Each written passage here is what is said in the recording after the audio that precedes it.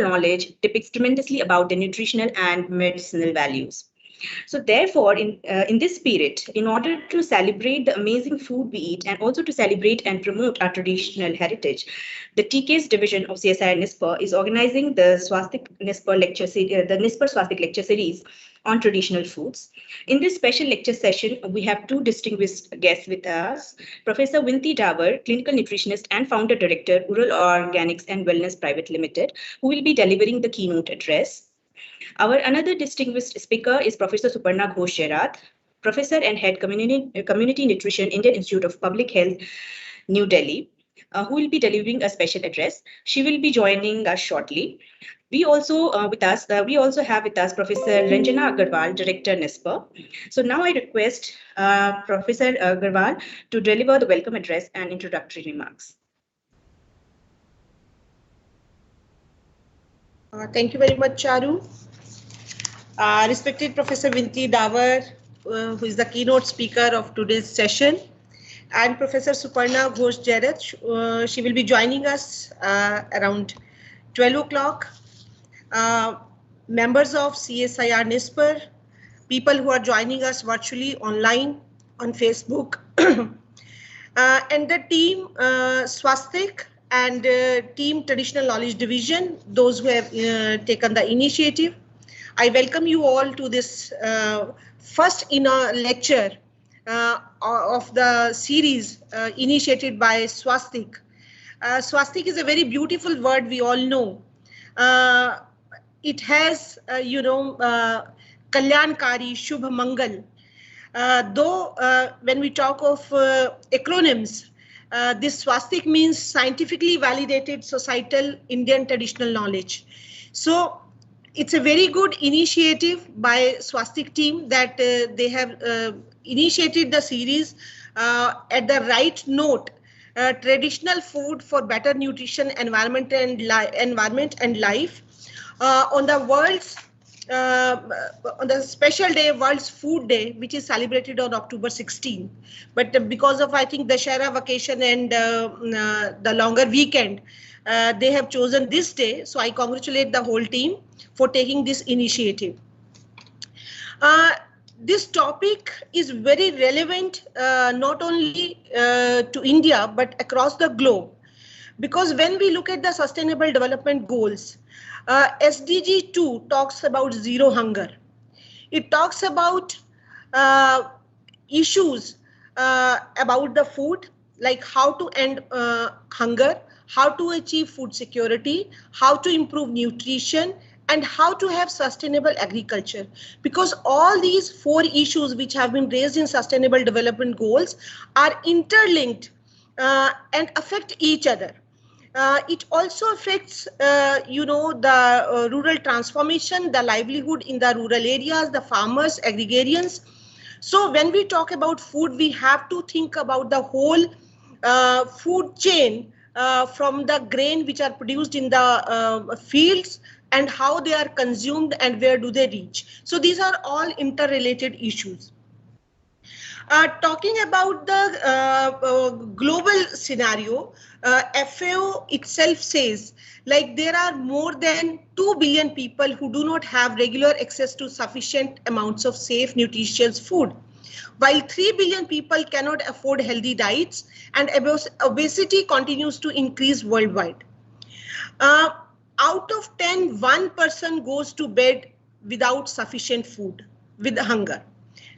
If we talk about Indian scenario, here also we find when we look at the Indian Global Hunger Index, India ranks 101 out of 116. It's a very, very serious situation, alarming situation for a country who is now self-sufficient on food production.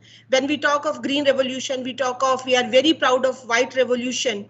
So having enough food, enough grains, and if we are having at the global hunger index at 101 position, so it's an alarming situation and it needs lots of introspection. Another issue which we should consider about the gap between the ones having and ones not having.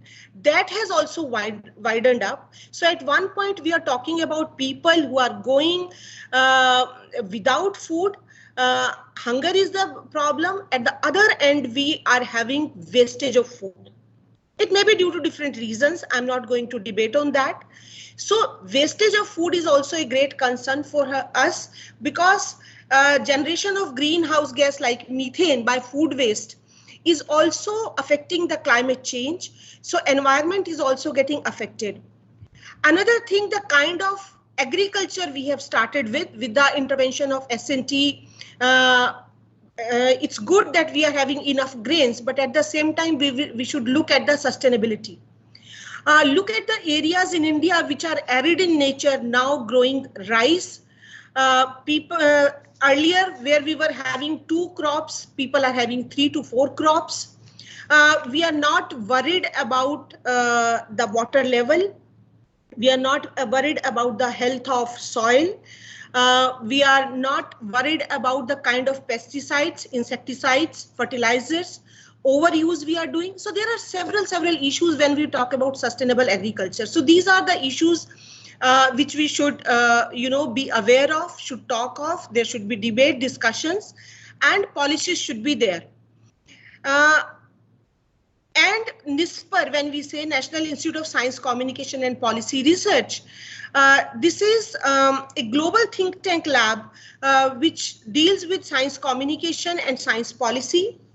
When we say science communication, we talk about all the stakeholders, from school students to college students to scholarly persons and to general masses, including, our farmers, the society, the tribals, the artisans. We include everything in that.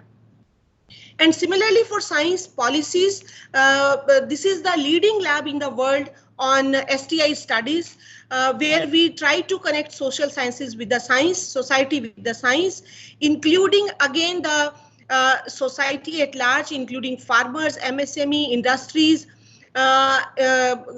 global relations, etc., etc. So when we talk about NISPR, 2 initiatives I would like to talk about, particularly relevant to traditional knowledge and food.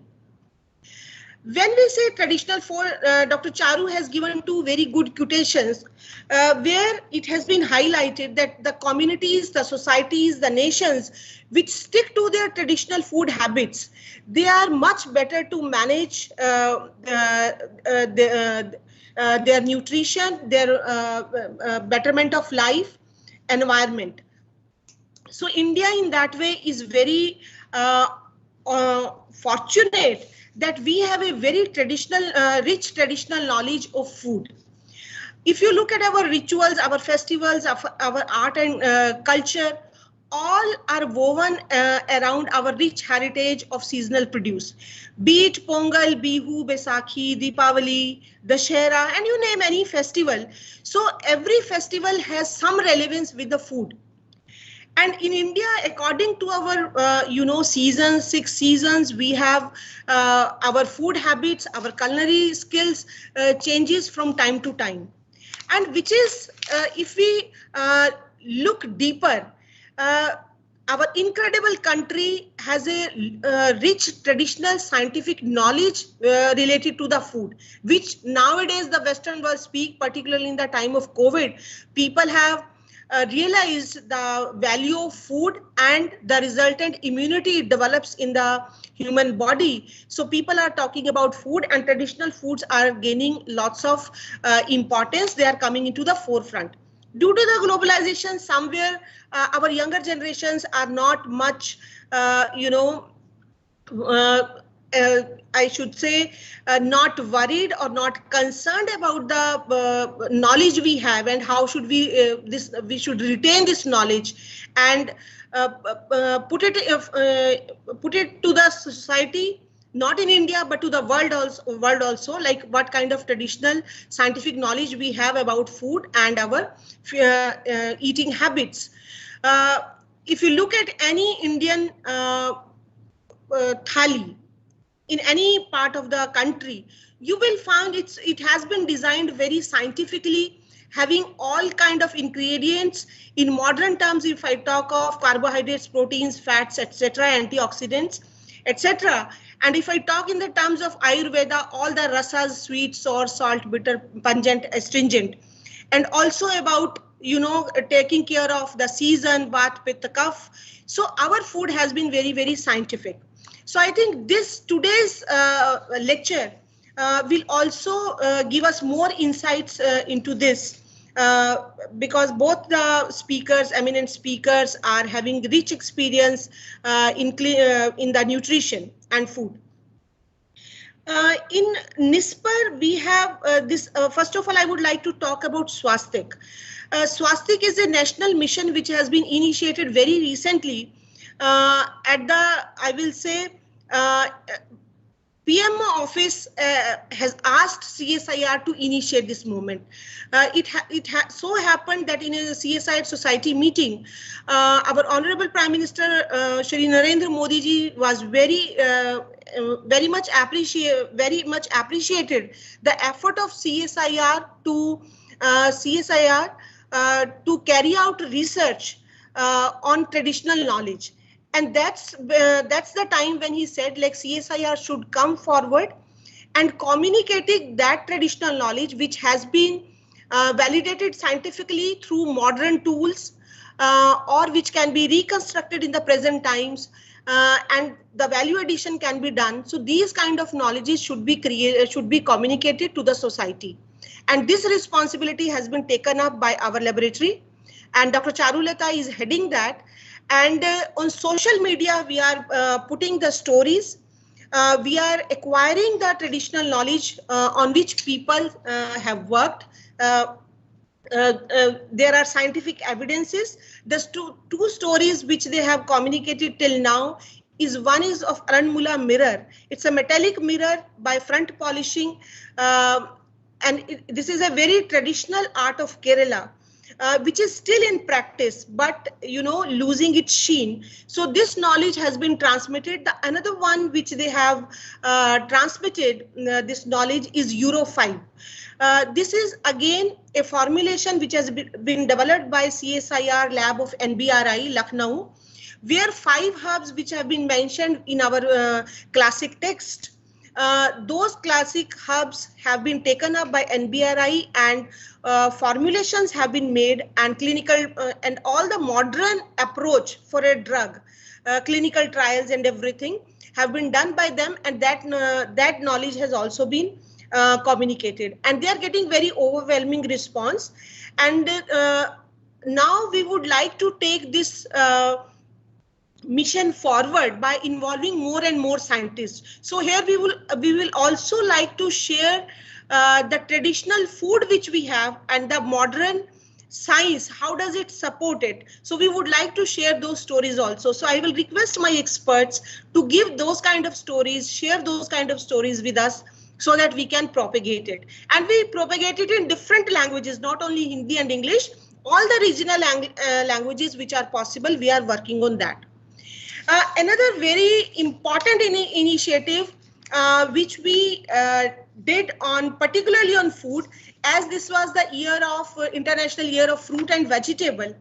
On 13th April 2021, which was Chaitra Pratipada, Navvarsh, CSIR-NIScPR, that time it was NIScPR, we released a thematic lunisolar calendar, Kal Chakra. This Kal Chakra calendar has the Tithi and Paksha, which generally a calendar Panchang has. It also has Gregorian system, but at the same time, it also has Shaka system and Indian national calendar. But the main highlight of this calendar was that its theme was food as medicine. And in this, we tried to collect the knowledge about all kind of fruits and vegetables which are grown in India, which are consumed by the people.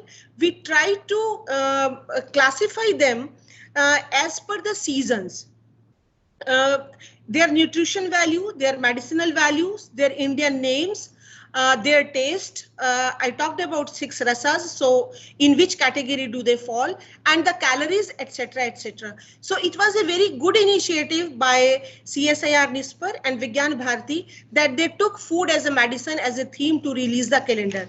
So in the coming times also, we would like to take these kind of initiative on traditional knowledge forward, so we can have, overall a picture of holistic health, good nutrition and well-being of the human being, not only physically but also at the mental level, at the consciousness level, at the mind level, our thought processes, our emotions, our moods.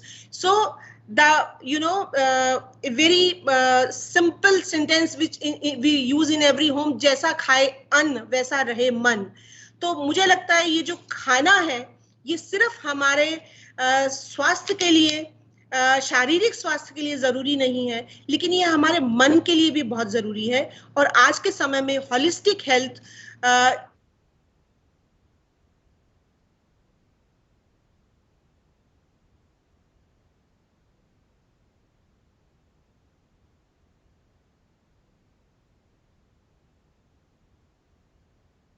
की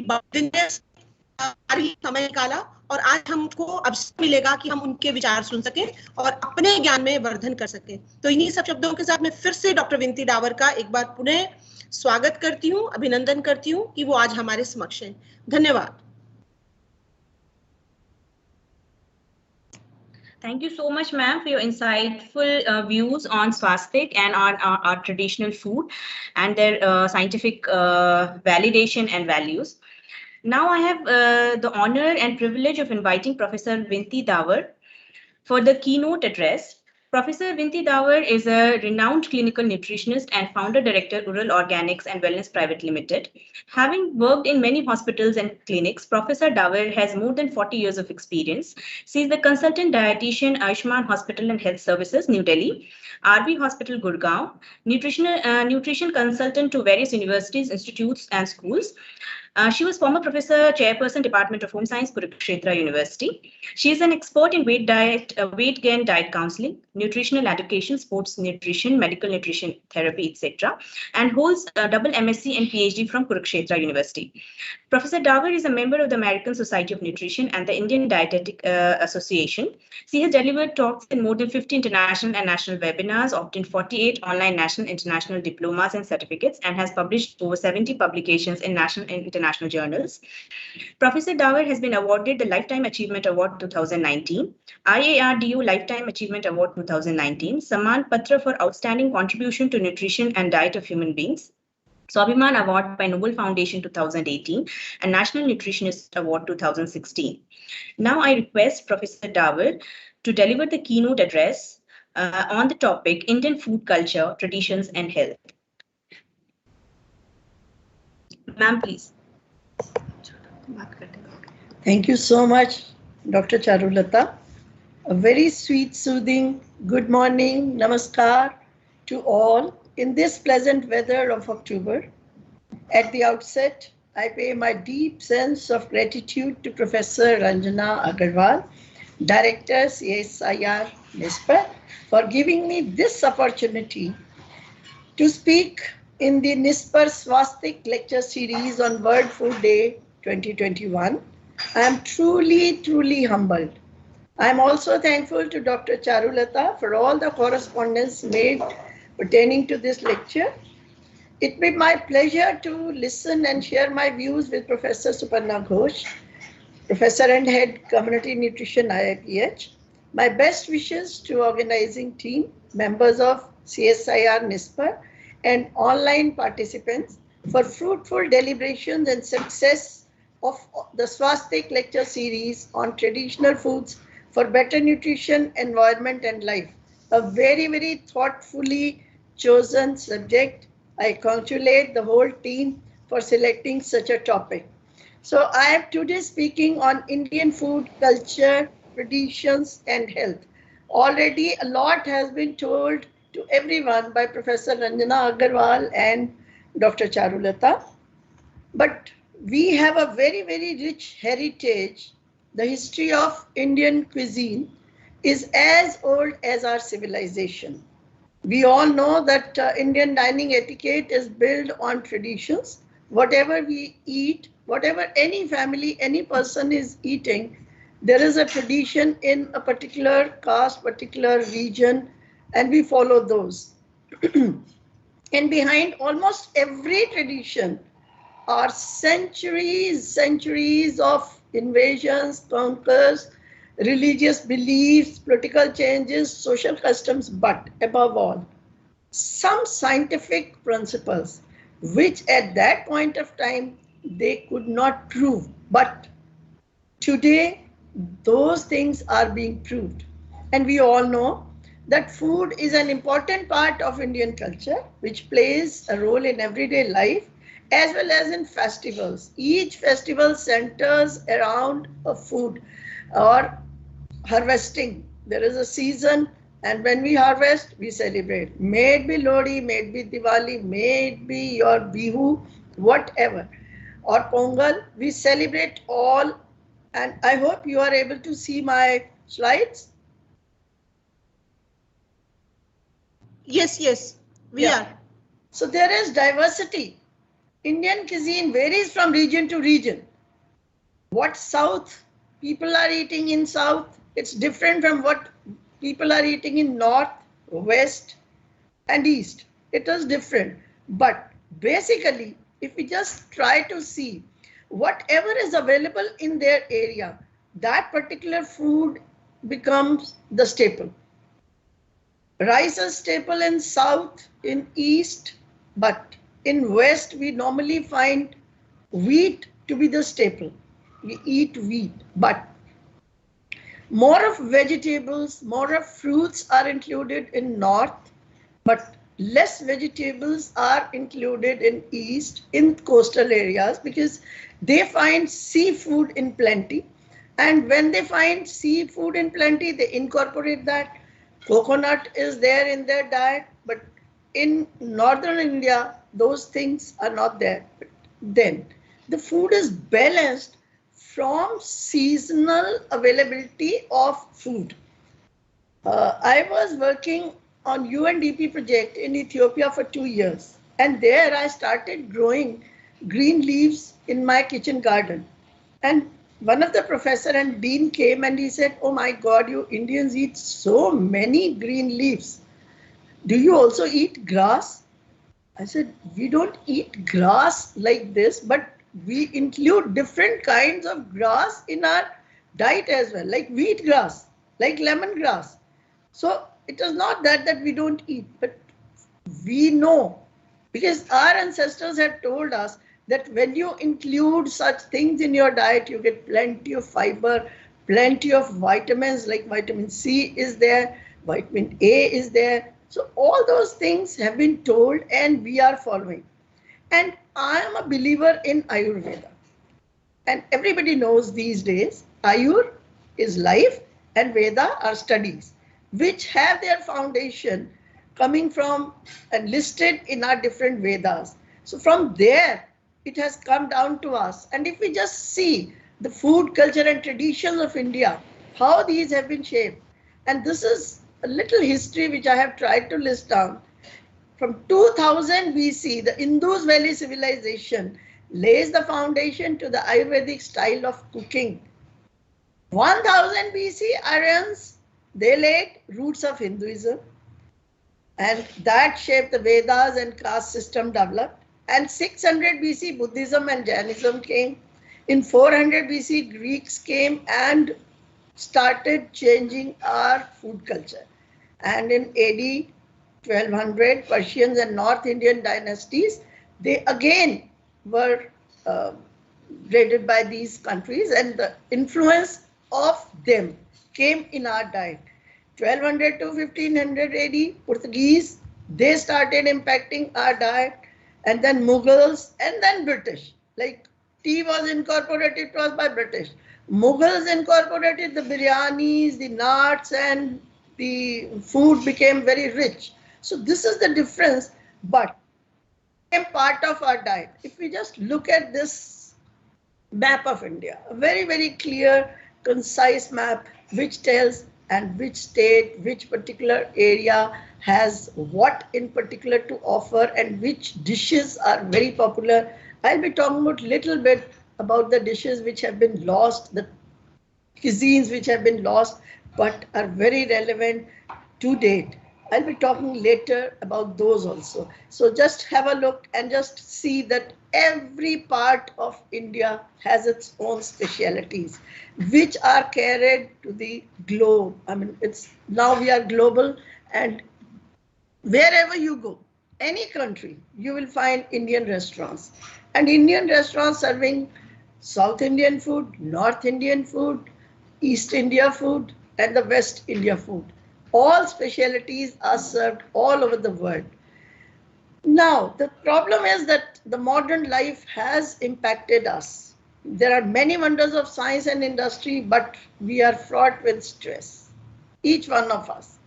Mobile devices, web have vastly increased the pace of life, but still we feel that we are drowning in the ocean of data, and industrial agriculture has burdened us. Like just now, Professor Ranjana Agarwal said that we are taking 3 to 4 crops and we are not bothered about the water level. So unhealthy processing of the food, the packaging of food, and what I say, when you open a packet of a food, your stomach bulges as much air you bring out from the package. I mean, I am deadly against the packaged foods, and I say that eat healthy, whatever is available in your area, eat that. I'll just experience little experiences I'll share with you. When I visit my patients in the hospital, and normally, definitely I'm going to ask, "Aapne kya khaya?" And the answer comes, "Madam, kiwi." Why kiwi? Why not anything else? Madam, हमें बताया गया है कि kiwi बहुत अच्छा fruit है. I'm sorry. I mean, why can't we select a seasonal fruit which is available at a cheaper price and with higher nutritive value? We are running after apples and we leave aside our guavas. We leave aside our amla. The amla, the gooseberry is amrit phal, which we are blessed with, we Indians are blessed with. We find it almost every nook and corner, one tree, and we can plant it at the back of our kitchen gardens, if at all we have. And if we do not have, even then we get it outside in the market. And it's so much rich that 100 grams of amla give us 600 milligrams of vitamin C. Whereas we only require 50 milligrams of vitamin C every day. So if we just eat one amla, that is going to give us much more organic vitamin C than our saline tablets, which we are running after. And we all know that at the time of COVID, there was in the market no supplies. So why we are running after only those things which we are not even getting? Demand was more, supply was less, but why can't we find? And similarly, I was talking about guava. The guava, 100 grams of guava gives us 300 milligrams of vitamin C. Whereas an apple gives you only 120. Look at the difference. But because apple is very expensive and considered to be a social status food, so we are running after apples. We leave aside our humble guava. We leave aside our amlas. So this is what we really need to work on, and we really need to tell people that if this is available in your kitchen garden, if this you can grow in your plants, in your pots, in your on your terrace, or even in your balconies, start growing little things, and you'll be getting the food fresh and without any chemicals. So urban dwellers are also faced with increasing wealth inequality, as Madam said, and there is social isolation. Now we are only connected through social media. We do not go to any house, we do not interact, and everybody has no time because our time is going into our mobiles, into our TVs, into our programs, and of course our work. So there is excessive noise air, water, and soil pollution, and we are disconnected from nature. We have no time to stand and stare. You must be remembering when I said stand and stare. Thus, while industrialization has led to longer lifespan, longevity has increased, but the quality of life has decreased. If we see the lifestyle diseases which are preventable, we invited those lifestyle diseases, and we are in the midst of a global pandemic of obesity, diabetes, cancer, dementia, depression, chronic pulmonary disease caused by modern lifestyle. So, how? The majority of young Indians are moving away from homemade food. Every parent whoever comes to me complains, बच्चे घर का बना खाना नहीं पसंद करते. They only want food from market, ready-made food, packaged food, from KFC, from Pizza Hut, from Domino's, Burger King. Why? Why? Because additives are added there and they make us addictive. And we prefer eating those foods because spices and so many things which have been added, we do not add those things at home. A very young child of 1 year does not like to eat anything else except pasta. What is the reason? I asked the parents, who introduced pasta to her? On her own, she didn't know that what is pasta. If you did not introduce, how does she know? So these are the things we really need to deliberate upon. We need to discuss and make people aware that we are running towards packaged foods, we are running towards ready-made foods, but we are leaving our own rich cultural heritage back behind. And that is the reason we are suffering. And if we just see, food processing industry is on the rise. Maggi, everybody remembers when Maggi was taken out of the market, people were going mad. Everybody wanted, I want to have Maggi, I want to have Maggi. So modern lifestyle has induced people to eat more than their bodies need. See, there are two things. One is that we are moving towards fast food. The second is the portion size is increasing and increasing manyfold. And those portion sizes, when we are sitting and eating in large quantities, those are showing in our health, badly on our health. Like we are suffering from diabetes, we are suffering from heart diseases and all those problems. Now, look at this. This is a funny thing and you will enjoy it, I believe. Fitness on the rise. Oh yes, fitness is on the rise. He says, I'll take 3 burgers, 4 bags of chips, 2 cream sticks and 1 can of pop.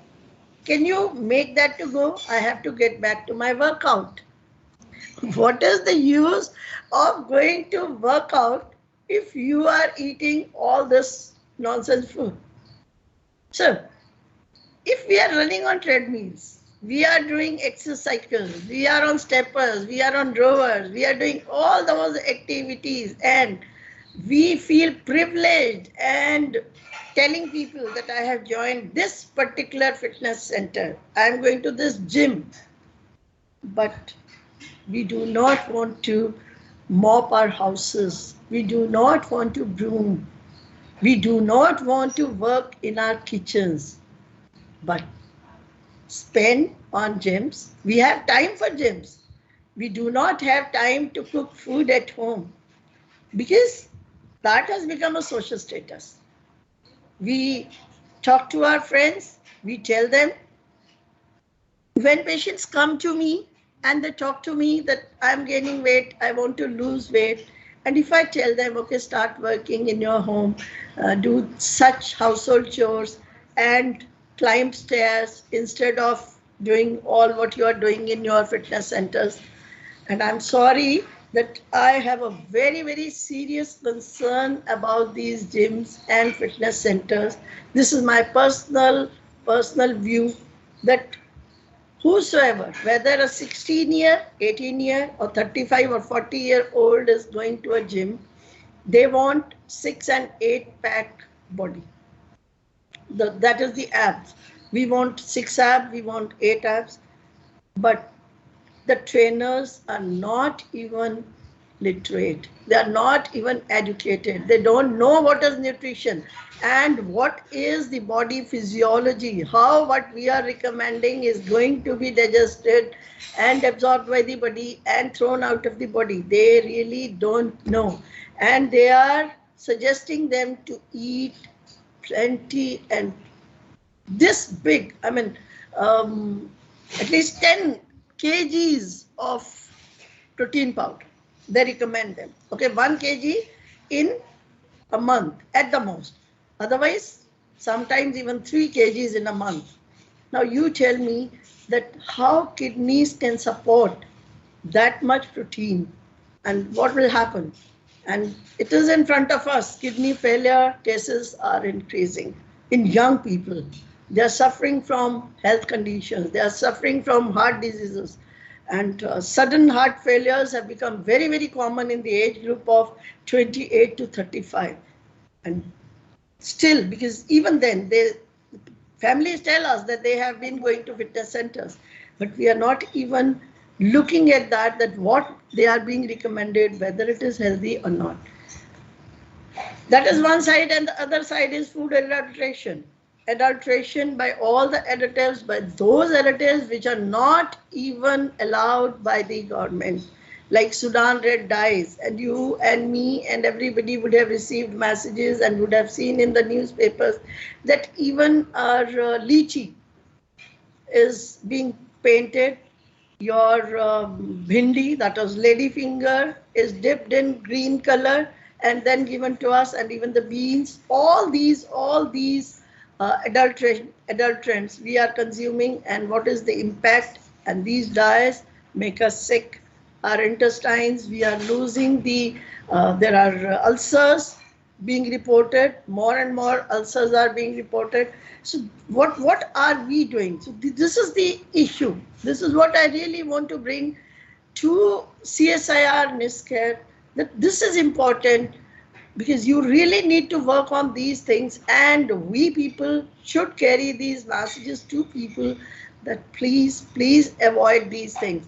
Now, pesticides in food, a silent killer, because endosulfan, the monocrotophos, and DDT, which has been banned so many years earlier, but we are still using the aluminium phosphide. Each of our cauliflower, each of our mango, each of our papaya. Papaya used to be one fruit which we used to recommend to almost every patient in the hospital without even thinking twice. But now we have totally stopped serving papaya. What is the reason? The reason is that papaya is laden with pesticides, and almost every patient suffers from gastrointestinal trouble, and that is why we had to take it out, and we cannot give, and we cannot take a risk to give to any patient, and the best thing was to take it. So we took it off only because of this. If you bring a papaya from the market, you will find that half of the papaya is overripe and half of the papaya is raw. It's not even ripe. So what is the reason? Because when they spray, when they put pesticides, when they put all those chemicals on the papaya, half of it will give you good result and half of it will go waste, and one cannot digest those papayas. Similarly, the cauliflower, the mushrooms are dipped in bleaching powder. They make a powder, and out of bleaching powder they make a solution, and they just dip cauliflower and mushrooms in it and take it out, dry it and sell it in the market. So what are we eating? And neurological problems are there. Fetus are being damaged because of these. The reproductive disorders are coming forward. Allergic reactions are there. Behavioral disorders are there. Little bit of global data of non-communicable diseases. Non-communicable diseases kill 41 million people each year, and which is equivalent to 71% of all deaths globally. Each year, more than 15 million people die from NCD between the ages of 30 and 69 years. 85% of these premature deaths occur in low and middle income countries. 77% of all NCD deaths are in low and middle income countries. Cardiovascular disease accounts for most NCD deaths, or 17.9 million people annually, followed by 9.3 million suffering from cancers, 4.1 million respiratory diseases, and 1.5 million diabetes. These four groups account for 80% of all premature NCD deaths. Tobacco use, physical inactivity, harmful use of alcohol, unhealthy diets, all increase the risk of dying from NCD. These all of you are aware. Even little bit of Indian data also for us to just think upon.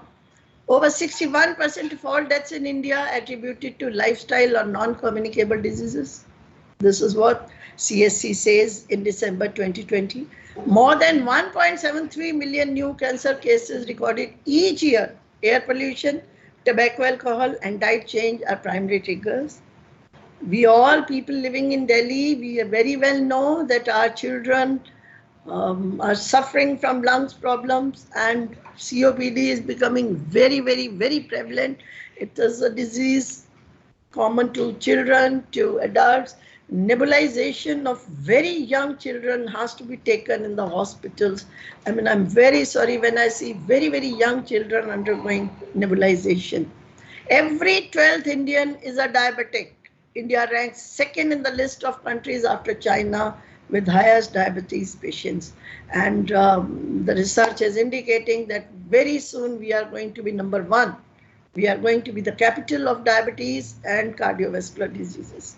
So and economic burden will be there, health burden will be there, and people will be suffering.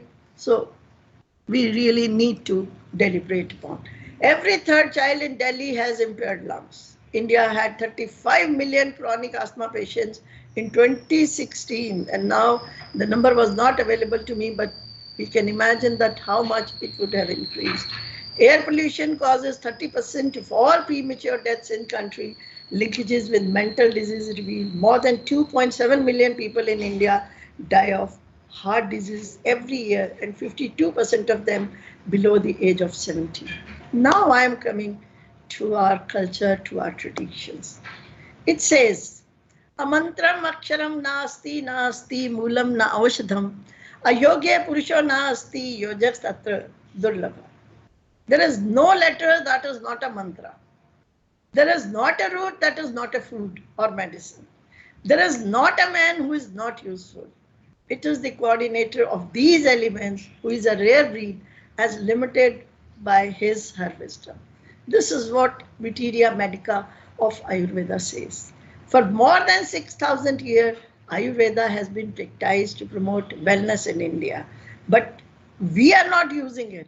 What we really need to do is to use that knowledge, make it our everyday food, make it our Vedas are telling us that what to eat, what not to eat, what time to eat, and what season to eat. So why not we start following those things? Vegetarianism in India is very, very popular. All over the world, if we see, just when I was making this presentation, I came across one WhatsApp message which said that India is the only country in the world on our celebrations, particular festivals. India is the one who does not slaughter animals or birds all over the world. Now, if you really look at that, it's very true. See, on Thanksgiving, on Christmas, the birds are slaughtered. So many Christmas trees are fallen, I mean, large number. It had given the data, but I have not included it here. I'm sorry. In Muslims, when they celebrate Eid, so many animals are slaughtered all over the world. But we, the Indians, we celebrate our festival totally vegetarian. Whichever festival is there, particularly that day, that week, that 10 days or whatever, we become vegetarian. So that is really very, very important, very important thing. 8 in 10 Indians limit meat in their diets. And if we just look at that in each family, we also observe that certain families, they observe that only on Tuesdays will not eat any non-veg. And there are others who will not eat on Thursday. Then there are others who will not eat on Saturdays. So this is the way that our ancestors told us. One thing was to control our mind, our heart, our feelings. And the second is to protect animals. If we just go around any Gurdwara, any temple, we normally find a sarovar. And fishing is not allowed. Why? Because those fish are preserved. I mean, you're not allowed to catch any fish and to slaughter. So this is what our culture has given us. We should promote those things. As far as nutrition, because I am a nutritionist, so I'll definitely have to bring all of you and myself to nutrition. Our culture places special emphasis on ahar and an. Ahar means diet and an is food. That is the means of our good life, health and wellness. Now, what is wellness? Wellness does not mean only physical. This is what Professor Ranjana Agarwal also said. We really need to see mental strength, vigor, nurtures the health of the tissues, and then results in longevity. When we teach our students of MSc and BSc and whatever, so we say that food has different functions to perform. There are physiological functions, there are psychological functions, there are social functions. The psychological functions, like the satisfaction which we get out of food. We reflect our feelings through food. If we are happy, there is a quote saying that somebody visited, a monk visited somebody's house and he served him a cup of tea full to the brim. He said, oh, so this is the gratitude being shown to me. How? That full to the brim. I love you so much. I respect you so much. This was a reflection. This is psychological. Similarly, we also have our feelings and we show through our feelings. I don't want to eat food today because I'm not feeling, my mood is off. And certain things like this. And similarly, we have our social. Acha, tumhare number bade achhe aaye hain, party ho jaye. What is this? Social celebration. We invite our friends for dinners, we share food. Everything is reflected in food. Ayurveda and lifestyle medicine. As a science of life in the world's oldest medical system, Ayurveda has a holistic approach to health and disease that focuses on preserving and promoting good health and preventing disease through healthy lifestyle practices. नीचे अगर आप pictures देख रहे हो, I'm sorry, देखिए. Each picture in itself speaks. These are the foods which we include in our diets. The fruits and vegetables, and this is the year of fruits and vegetables. I'll just quickly go through all the slides and tell you in the next slides, coming slides. And the spices, the herbs which we use, and all over the world we are known to use different spices and herbs in the best combination possible. The different grains, millets, which are very, very particular to India. And then milk and milk products, our probiotics and the milk which we have in our homes. Now, the main doshas which we have, the Vata, Pitta, Kapha. In simple terms, we say Vat, Pitta and Kapha. So Vat comprises of air and ether, and Vat our people who have Vata are said to have dry skin and experience stiffness, gas, constipation, and coldness. So they are recommended warm, wet foods like soups, oils, and herbal teas. Look, I mean, immediately they are told to have oils.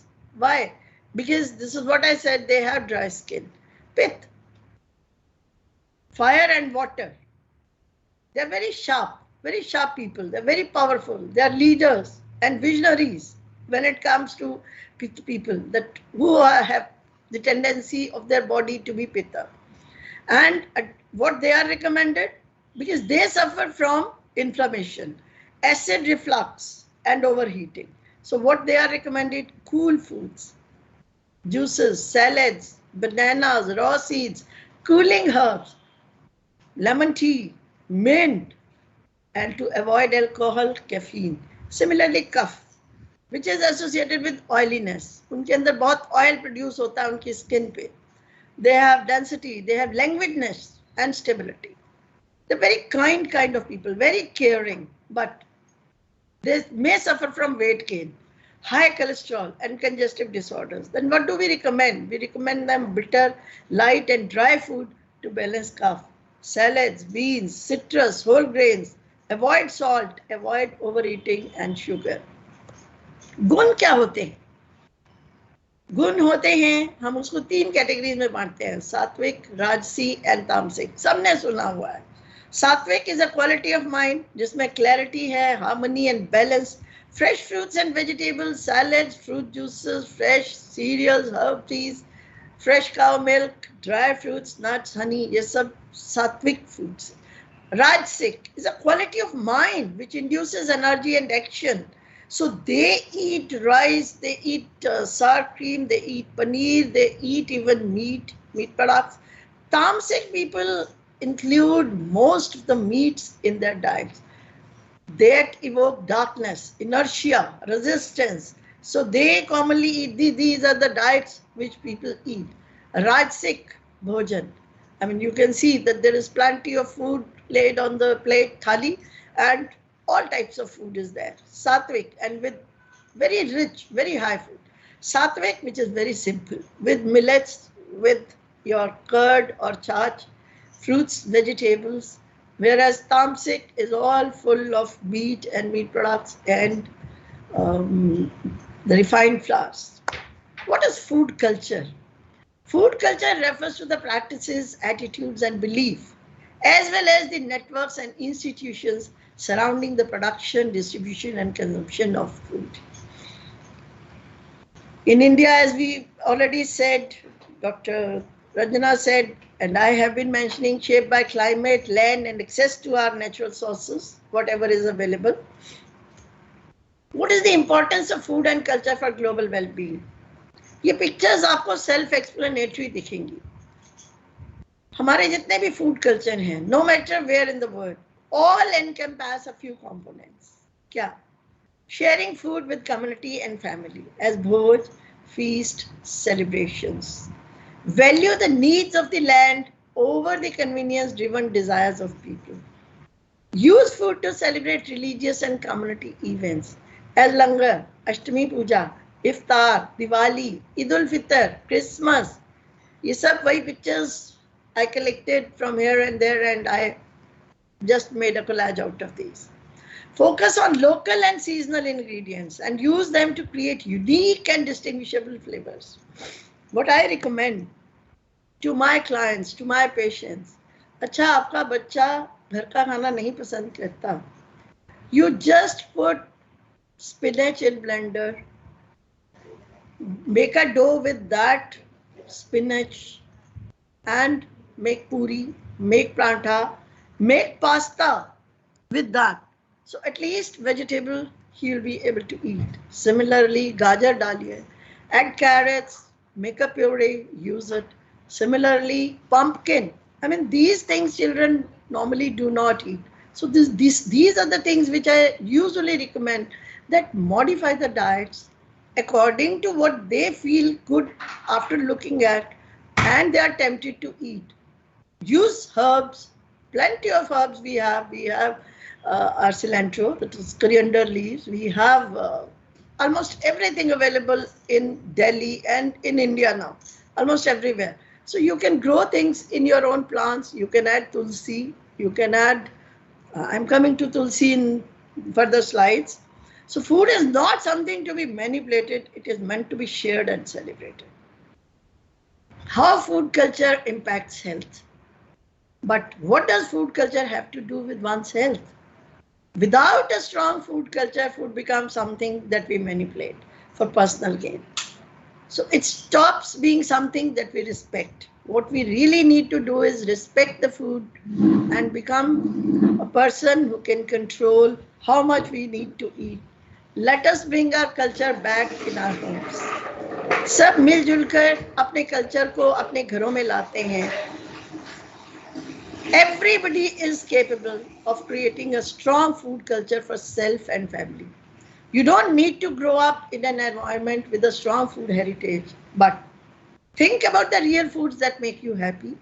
The ones your mother, your grandmother may have made you. Think about those and start making in your own homes, teaching your own children further so that those things are carried forward. Start to get to know what foods grow in your own local environment. How do the seasons and growing periods change? What foods and flavors do you find yourself craving during different parts of the year?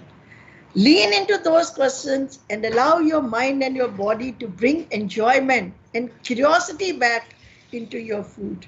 Evaluate the suitability of foods. These are the timings which we were told by our ancestor and we must follow, and these are the timings we also prescribe. Your breakfast should be eaten within 30 minutes of waking up. Ideal time to have breakfast is 7 a.m. but not later than 8. Make sure you have protein in your breakfast. Lunch, the ideal time is 12 noon to 1 p.m. Try and keep a gap of 4 hours. Why 4 hours? Because 4 hours our body takes to digest one meal. The ideal time to have dinner is before 7 p.m. And again, keep a gap of 3 to 4 years between your dinner and bedtime. Don't just eat your dinner and go to bed immediately, because with that, you will have the problems of GERD, gastroesophageal reflux disorders, and other associated problems of flatulence. So just have your dinner at 7 and then go to bed at 10. Sleep good 8 hours. Okay. Now, the fermented foods are, now I'm coming quickly to the foods which are very, very useful to us. Fermented foods are rich in probiotic bacteria and are very good for our health of our gut microbiome and digestive system, and these enhance the immune system.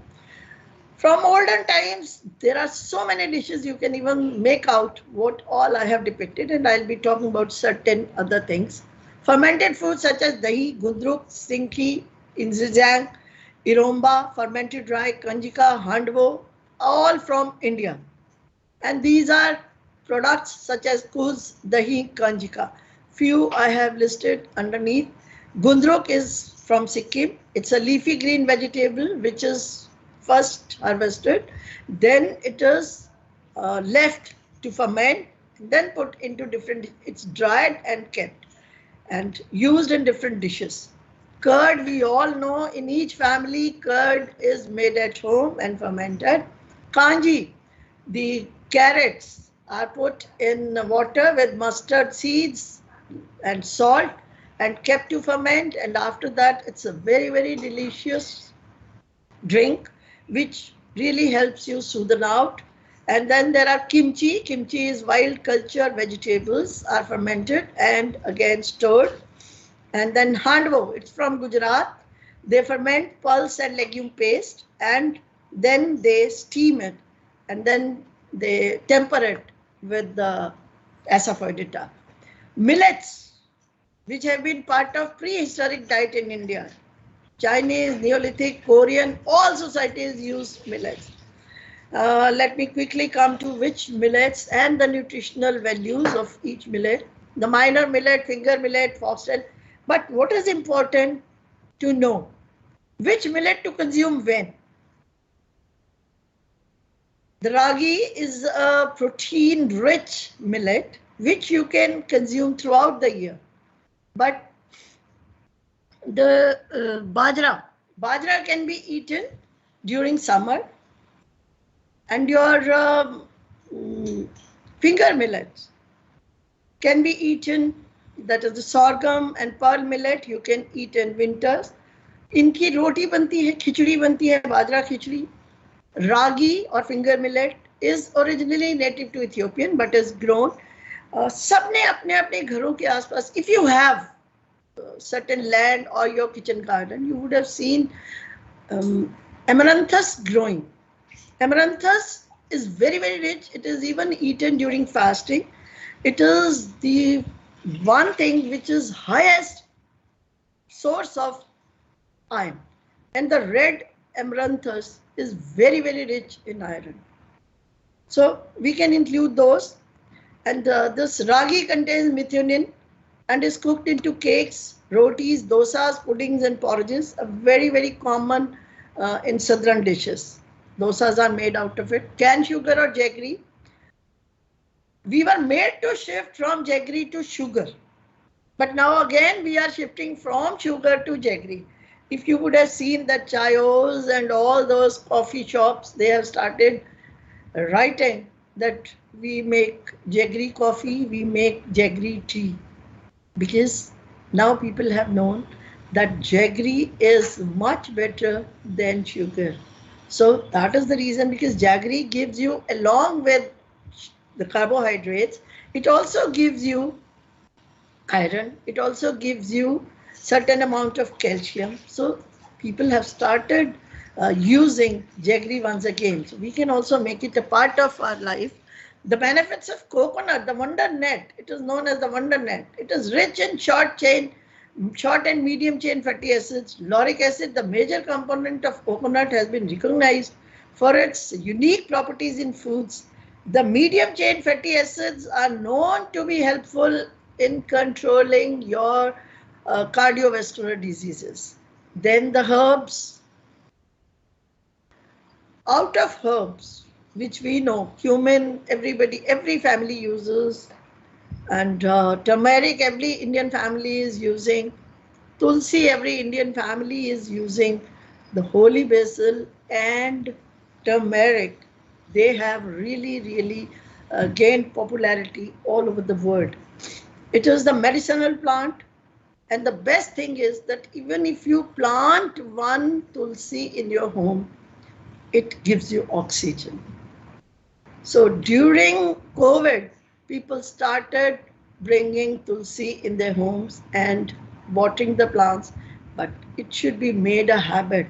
And if we look at our ancestors, our families back, our mothers used to worship tulsi. There was always a plant at the entrance in the homes, and they used to worship, and tulsi was made into tea, the leaves are gathered and then made into a paste. And if somebody has a cold, cough, or stomach ache, they are given those small balls of tulsi made with black pepper. So turmeric, it has been considered great medicine for coughs, colds, and antiseptic, antibiotic, antipyretic, anti-carcinogenic, so many things. But what I have to share with all, and you all must be knowing, in December 1993, the University of Mississippi Medical Center had a patent issued to them by United States Patent and Drugs Trade Office on the use of turmeric for healing. The patent was contested by CSIR, and that is why I said kudos to CSIR, and that patent was cancelled. So that is my tribute to CSIR for such a wonderful job done, and we hope that in future also we'll be able to patent all those things which are from India, which our culture has told us, and we can propagate those things to the world. Use of clay pots has been very, very common, and clay, when we cook in clay, we serve in clay, we keep our food in clay. One thing is that जिसे हम उसकी प्रकृति कहेंगे, it becomes cool. Like curd, if made in earthen pot, becomes better. Why? Because the clay pots add many important nutrients like calcium, phosphorus, iron, magnesium, and sulfur to food. Iron utensils. Now we recommend to people who are anemic that you soak your black chana in iron ki kadai overnight, cook it in iron wok, kadai, whatever you call it, but do not add anything sour so that it doesn't react, but you get better iron out of it.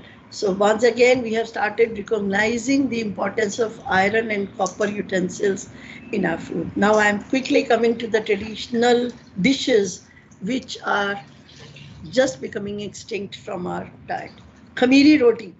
Once again, fermented food from Kashmir. So very easily digestible. And there is Pani Ki Roti from Uttar Pradesh and Haryana. The only thing is that water is applied on both sides of roti and made, and it's made on griddle only, but the roti is very soft and very, very easily digestible. Sannata. Now look at the word sannata. Sannata means silence. And what happens? Why it says silence? Because when it goes in our stomach, there is silence. The stomach acids are not producing too much, because this is something which will give you a soothing effect, and that's why we call it sannata. This is going away from us, but we should bring it back to our kitchens. What we do is that we have curd and we just make it little thin, and we make a tempering of caraway seeds, mint asafoetida, rock salt, black salt, and we make it a dish. And then Darth pe pohe. Now what is Darth pe pohe? Poha, everybody knows that the flattened rice cooked with onions and spices.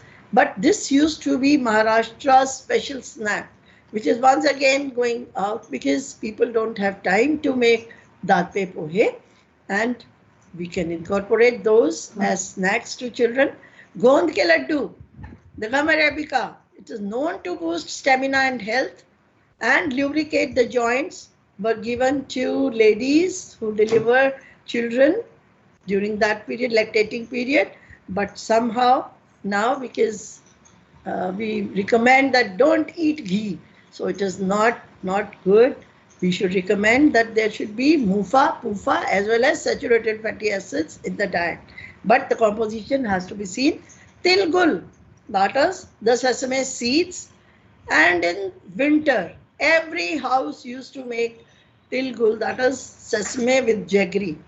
A very good source of energy as well as calcium, zinc.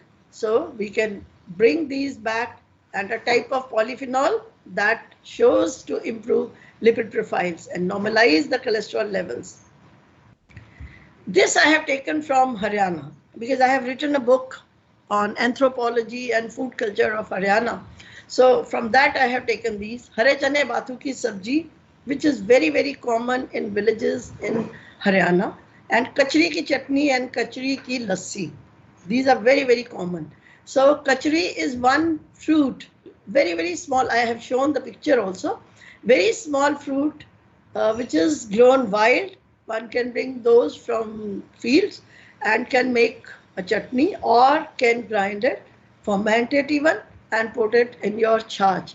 It gives a very, very tangy taste and a very soothing effect, and a good source of vitamin C, iron, calcium, zinc, and other essential micronutrients. And it contains 15 to 18% proteins as well. So hare chane ki sabji, a good source of vitamin C, calcium, zinc, and micronutrients as proteins and carbohydrates. Lapsi, when suddenly a guest comes in Haryana to a family, you are supposed to serve a sweet. So what they used to make out of whatever millet or cereal, atta is available, the flour, they used to quickly make it in a kadai and add jaggery, and then afterwards ghee on it. And that is served as a delicacy, even during tea time, even during after the meals. I mean, this used to be really something, and particularly favorite in winters because it gives lot of energy. Goji khichdi, this is something very unique to Haryana. I have not found this anywhere else. How do they make it? They make bajra khichdi by adding cereals and legumes into it. 3-4 legumes are added and some rice are also added. And then it is cooked for a long time. And after that, you know what they do is they add fresh milk. I mean, the milk which you have just milked from a cow is added to this, as well as chach is added to this khichdi. And they normally eat it during breakfast. This is a breakfast dish. And what they believe and what they say that bajra or this pearl millet khichdi is very, very soothing, but keeps you very, very vital and energetic throughout the day, and you don't sleep. This is what I came to know from the villagers which I spoke to about this khichdi. They said that we don't sleep after eating this khichdi and we don't feel need to go home and eat or drink something, and we don't even take hookah after eating this khichdi. So when they are told to avoid hookah, they start eating goji khichdi in the morning. Similarly, simple bajra khichdi is also cooked and is very, very famous all over Haryana and other places. And khas sharbat and summer cooling drink and dal fara. This is a dish from mustard and curry leaves. Gobi dantal from Punjab. Kapoor kan again from UP. Rasavar, a dish of rice cooked in cane sugar juice. Minja, okay, and I'll quickly come to sitting on floor and eating. This is very, very important thing, that when we sit in cross-leg position, and this is a sort of yoga, the food is digested very, very easily. This is a yogic position, and a person is comfortable eating, but later on the food is digested. And always sit and drink water. Why? Because the body fluids disrupt. If you stand and drink, it disrupts the balance. Eat with hands. This is again a tradition in India. But what does it imply? This helps the stomach in getting ready to prepare itself for the food, thus improving digestion. What is the implication of eating on a banana leaf? It absorbs the polyphenols of the banana leaf. Adopt, inculcate quickly, because I have to conclude. So, 5 steps. Get active for 1 hour or more, drink plenty of water, eat balanced diet, eat fewer snacks, but more fruits and vegetables. And now we say that 5, rule of 5. What is rule of 5? 3 vegetables and 2 fruits every day. Rule of 5. Choose water as a drink. Get active for 1 hour or more, minimum 30 minutes walk. Eat nuts and seeds, then the package, your chips and crisps and all those snacks. Eat more fruits and vegetables. Eat more healthy foods. Make friends, socialize, keep fit, have fun. Active life, active minds are important. Good health guide, get enough rest and sleep, have good personal hygiene, be happy, always look on the bright side of life, take regular exercise, try to avoid smoking, drug abuse and excessive consumption of alcohol, eat a balanced diet. Thank you so very much for listening to me. I'm so grateful to all of you. Stay healthy, eat healthy, and good wishes for coming lectures which you will be attending in this lecture series. And more concentration on fruits and vegetables in growing and eating those fruits and vegetables. Thank you so very much, everybody.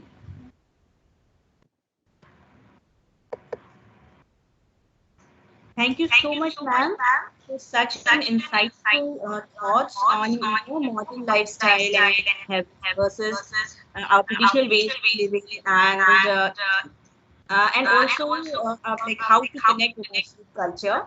And this, I'm sure, will help our young generation to get connected with our roots and our traditional heritage and our traditional foods for better nutrition and all holistic health. Now I have the honor and privilege to invite Professor Suparna Ghosh-Gerard, Professor Head, Community Nutrition, Indian Institute of Public Health, Delhi, for her special address.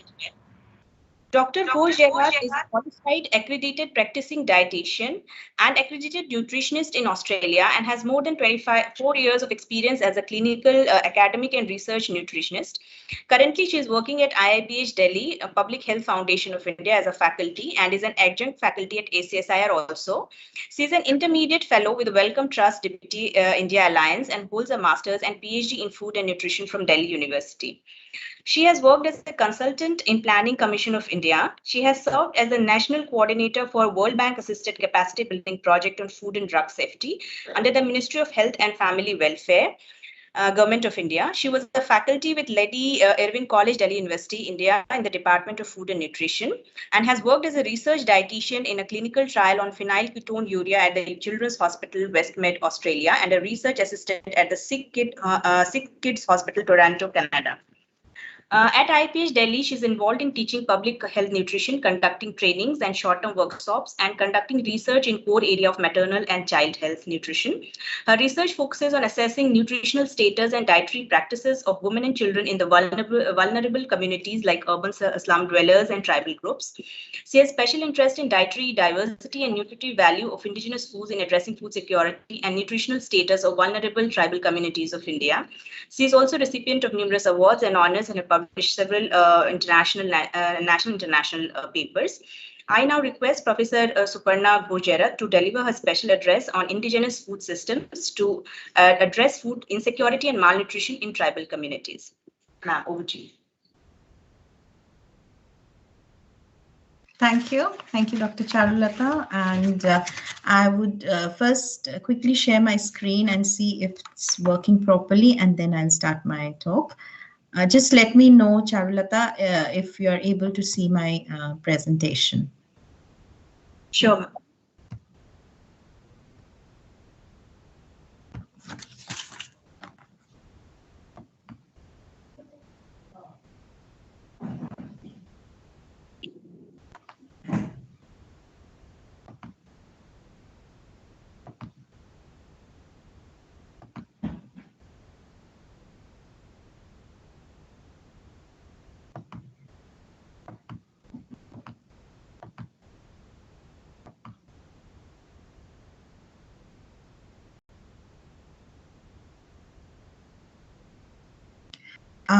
Can you see my screen? No, ma'am. Your presentation is not visible. Is the presentation visible now? Yes, ma'am. Please make it sure. Yeah, it is in the presentation mode now? Yes, ma'am. Yeah. Okay, perfect. All right. So firstly, good afternoon to all of you. And firstly, I would like to thank colleagues at the Traditional Knowledge Studies Division, CSIR, NIScPR, for inviting me to this lecture series on traditional foods for better nutrition, environment, and life to commemorate the World Food Day 2021. It was very exciting and very enlightening to listen to my previous speaker, who has spoken about such nutritious traditional recipes that are available from various regions of our country. And I personally am a great believer of this ideology and strongly feel that the traditional food systems have a strong sustainability component also. And I will take you all one step back before the food is being prepared as a recipe, but when the food is being produced, is procured and brought at the household level. So I understand that a traditional food system has a strong sustainability component, yet they are not getting enough attention in the current situation. We as nutrition research fraternity have a very crucial role to play in developing evidence-supported, sound, scientific information regarding the role of the traditional food systems, which includes production, consumption, utilization of foods that constitute these traditional food systems in addressing malnutrition by diversifying our food baskets sustainably. And we also need to create awareness and inquisitiveness about their importance amongst not only the scientific community, but also the general population. So in today's session, let us explore the role of indigenous food systems to address food insecurity and malnutrition in tribal communities of India. And as I already mentioned, I am taking you one step back, where I will be talking about the production of these traditional foods, indigenous foods, and how they can actually address malnutrition in different communities. And here I'm going to take the case study of tribal communities. I'll stop for a second. So is my slide changing? Yes, ma'am. Perfect. And you can hear me clearly. Yes.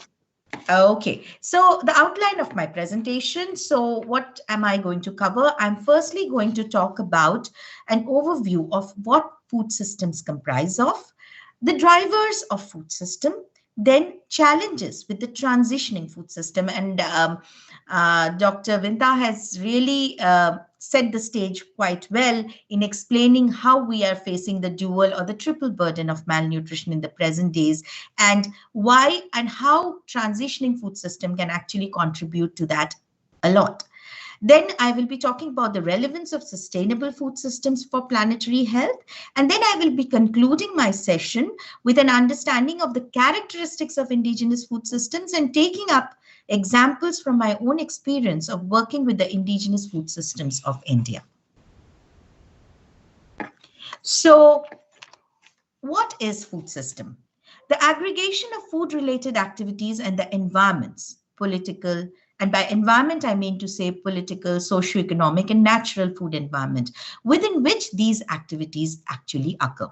So it includes, and you can see the blue bubbles, it includes food production, transport, consumption, and distribution. Distribution and food preparation and consumption as major part of the subsystem of these food system framework.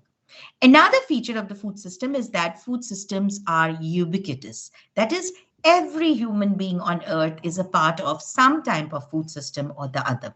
In addition, most descriptions of food systems identify these linkages to technologies, for example, crop breeding, farming practices, food processing, the natural environments in the production region, that is, where are we staying, what are we producing, the geography, the nature of the soil where we are producing the food, and most importantly, perhaps, the social factor or the environment, such as the food culture, which my previous speaker has nicely talked about, and the government food policy.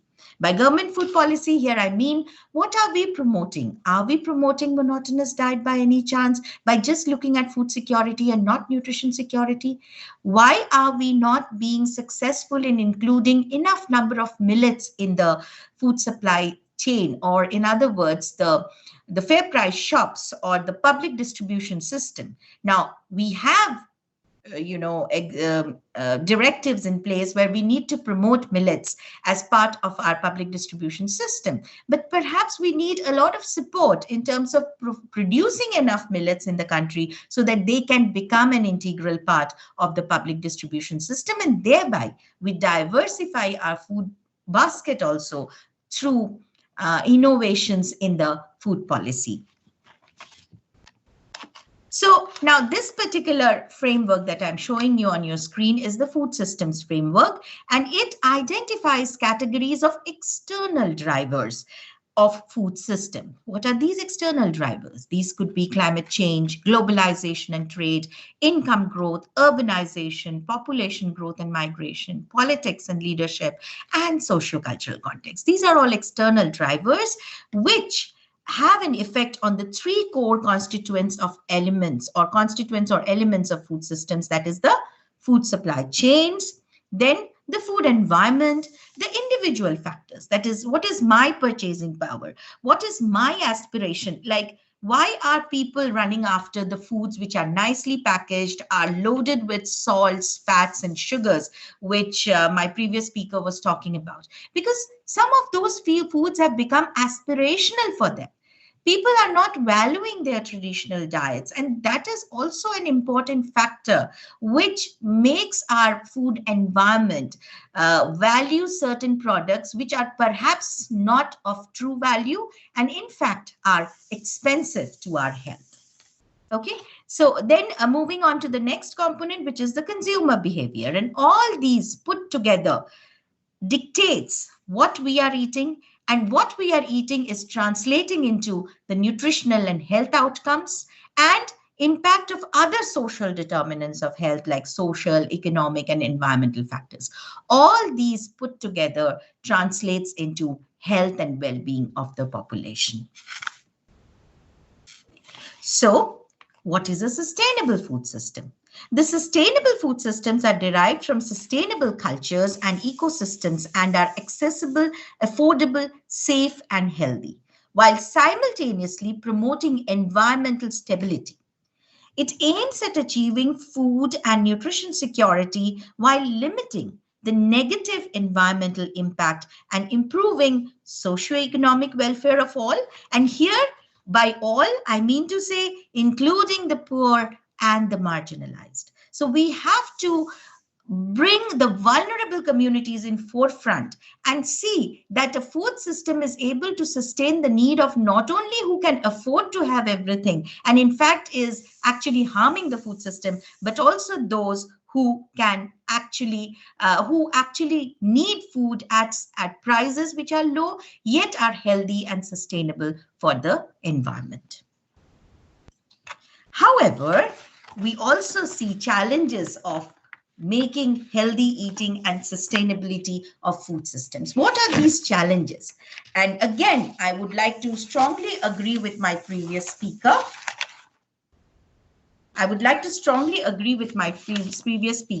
Regarding regarding what is it that we are consuming these days. A healthy diet while balancing planetary resources, we all know that it is becoming untenable these days. In the 200,000 years of human existence, we are no more in synchronization with the human planet and nature. Global food production based on people's eating habits is perhaps the biggest way we humans are pressuring the earth, threatening the local ecosystems and the stability of the earth system.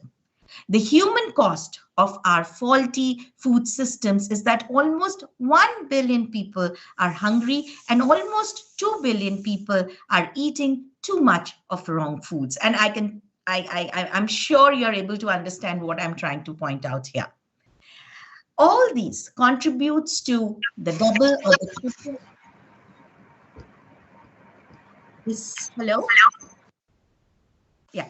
So all these contribute to the triple or the dual burden of malnutrition, and it leads to premature death and morbidity. So on one hand, we have undernutrition and communicable diseases, and on the other hand, rise in incidence of diet-related obesity, diet-related non-communicable diseases, including diseases like coronary artery disease, obesity, stroke, and so on and so forth. So how can we transform our food systems to make it sustainable and contribute towards better nutrition and health for all? That is the big question. We have a choice. We can continue to grow our food systems in a linear, exploitative, and extractive way, or we can move to a system that promotes biodiversity, regeneration, nutritious foods, equity, and healthy people. We believe that the decision is quite clear, and we must choose to work with the planet, not against it, for the benefit of the many by following the following principles. Number one, harness the regenerative power of our earth. That is, we need to adopt regenerative agriculture.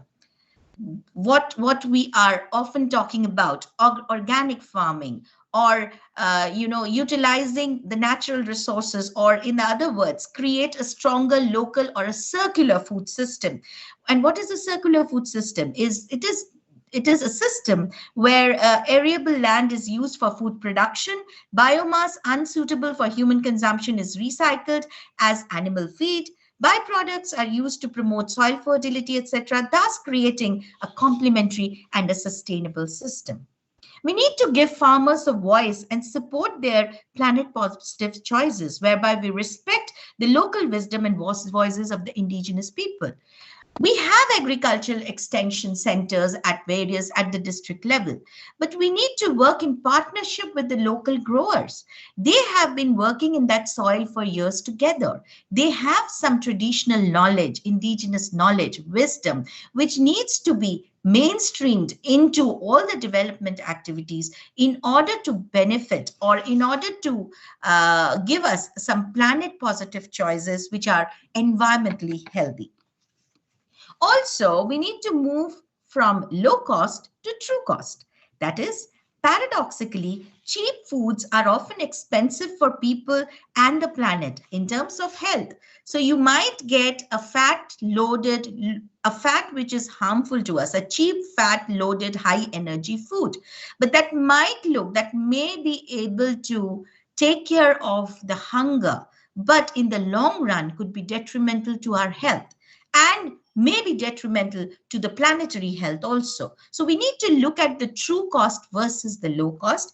And the last point is foster radical collaboration. And this is only possible through collaboration between the farmers, the consumers, the funders, the governments, the businesses, and the local traditional ecological knowledge bearers. So elders of the society, those who have the traditional knowledge, the traditional ecological knowledge, we need to bring that to the forefront in order to make our systems, food systems, much more sustainable.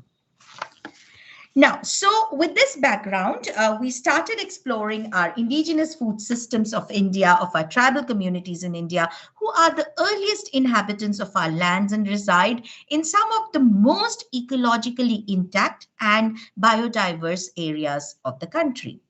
Some of my initial works in the area of public health nutrition made me work with the tribals of different states of India, where we looked at various nutrition programs targeted towards their well-being.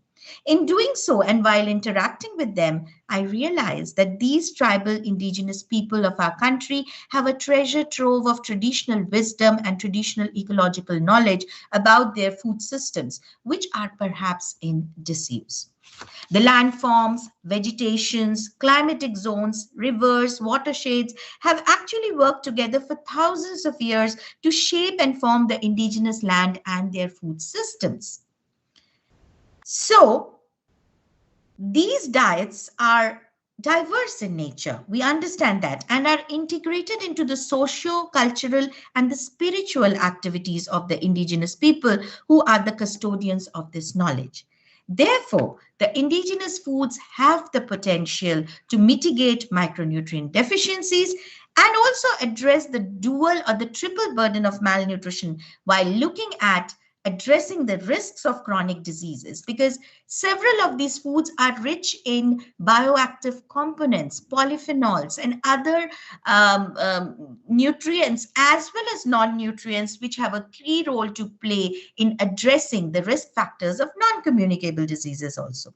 So these foods are also better adapted to local soil conditions, are climate resilient, and have low carbon footprints, as a result of which are also environment friendly. So we started a study in order to address a research question. And we already knew that the research or literature suggests that despite a rich heritage of biodiverse food resources in the tribal regions of the country, tribal people are malnourished. So a paradox exists where the knowledge of traditional and nutritionally rich food systems are not translated into practice.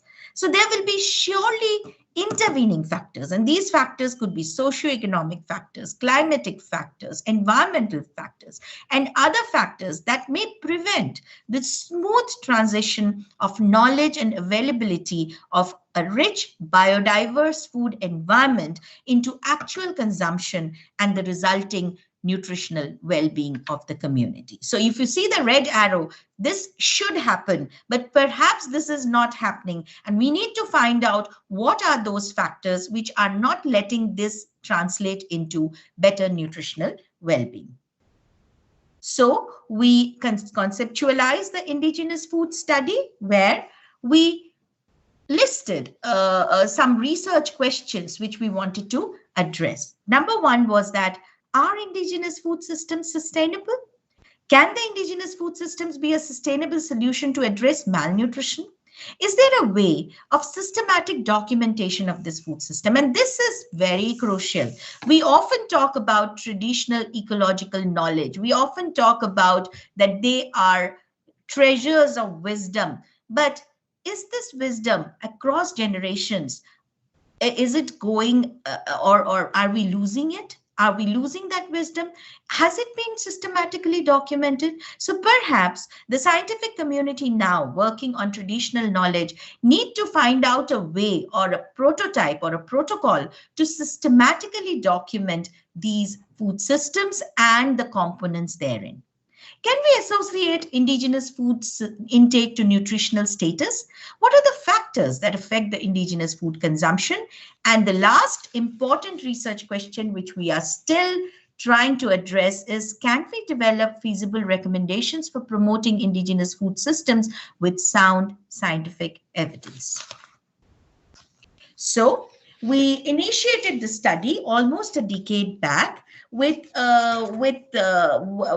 received some funding from the Wellcome Trust, and we started working on a simple research question to understand whether we can actually go interact with these traditional communities and co-produce this traditional knowledge for their own benefit. So that was the exploratory work we wanted to do, just to go and interact with these communities, identify people from within the community to recreate or to revitalize what has already been there, but through a systematic approach. So the study design initially, and then later on, I started working on my fellowship, where we started systematically documenting these traditional ecological knowledge about the food systems of these communities, and also associating indigenous food with the nutritional status of these communities.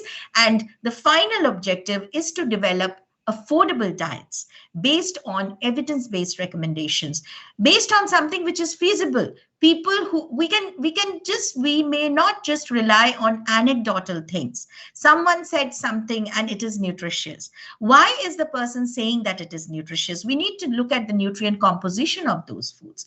We need to learn how they are removing the toxins from these foods. And after those treatment, are the toxins actually getting removed from those foods? Why are people not going and collecting these foods despite having knowledge about these foods? What are the factors or barriers which are hindering in actual consumption of traditional foods? So adopting a scientific, systematic approach, we wanted to explore these food environments. So the study design was exploratory. We did cross-sectional studies, but also had longitudinal components in order to explore the seasonal intake of various kinds of foods. The study locale was in Jharkhand, where we explored or we worked with 4 tribal communities, that is Saurya Paharias, which is a particularly vulnerable tribal group, the Santals, the Ho and Munda, and we also worked with the Orao tribal communities during the first phase of my study, and we worked in the districts of Godda, Khuti and West Singhbum. We used a mixed methods, and we have researchers here who will understand what I'm talking about, that we not only relied on the quantitative surveys, but we also triangulated our quantitative surveys with qualitative discussions, village transacts, and other informal inquiries that were conducted, and other qualitative inquiries that were conducted with this population. We also did nutrient analysis. So we just did not go by what the community said. They said this is nutritious, this takes care of, it is good for our eyes, we know, and we don't feel hungry after consuming this. So we needed to know what is the nutrient composition of those specific foods. And we came across several mushrooms, several green leafy vegetables, and we had to do a proper taxonomic classification because several of these green leafy vegetables are known by other names in other parts of India. So a taxonomic classification was required. Post that, we looked at the Indian food composition tables based on their scientific names. If those values, if those foods did not have their nutritive value documented in literature anywhere, we went ahead and did nutrient analysis of those foods in NABL certified labs. We also, as I said, we did surveys and we did household and dietary surveys. We did anthropometric assessments and biochemical assessments. Looked at some of the biomarkers, as several of these populations are known to have high levels of anemia, high levels of vitamin A deficiency. And that is the reason we picked up specific biomarkers and we utilized simple methods so that we could take those tests to the doorsteps of these tribal communities. You must understand that we did not have sophisticated laboratories, so we looked for innovative methods. We did multiplex assays using just a drop of, the capillary blood samples and did these assessments on a few ml of blood that was collected from the field. So here are some findings that I would like to share with you. So what we found, and that was not to our surprise, that these communities access several sources of food from several. So their food environment actually comprised of several sources. So that not only comprised of their own fields from where they were consuming a lot of grains that they were producing for themselves. They also had kitchen gardens. They also were accessing forests, water bodies, natural water bodies, and market access was also evident in these communities. What we found was that, so I'm reporting for two of the tribal communities. One was a particularly vulnerable tribal group. Those are the Saurya Paharias, and the other one was Munda. And both of the communities were accessing food from cultivated crops in the agricultural land and kitchen gardens.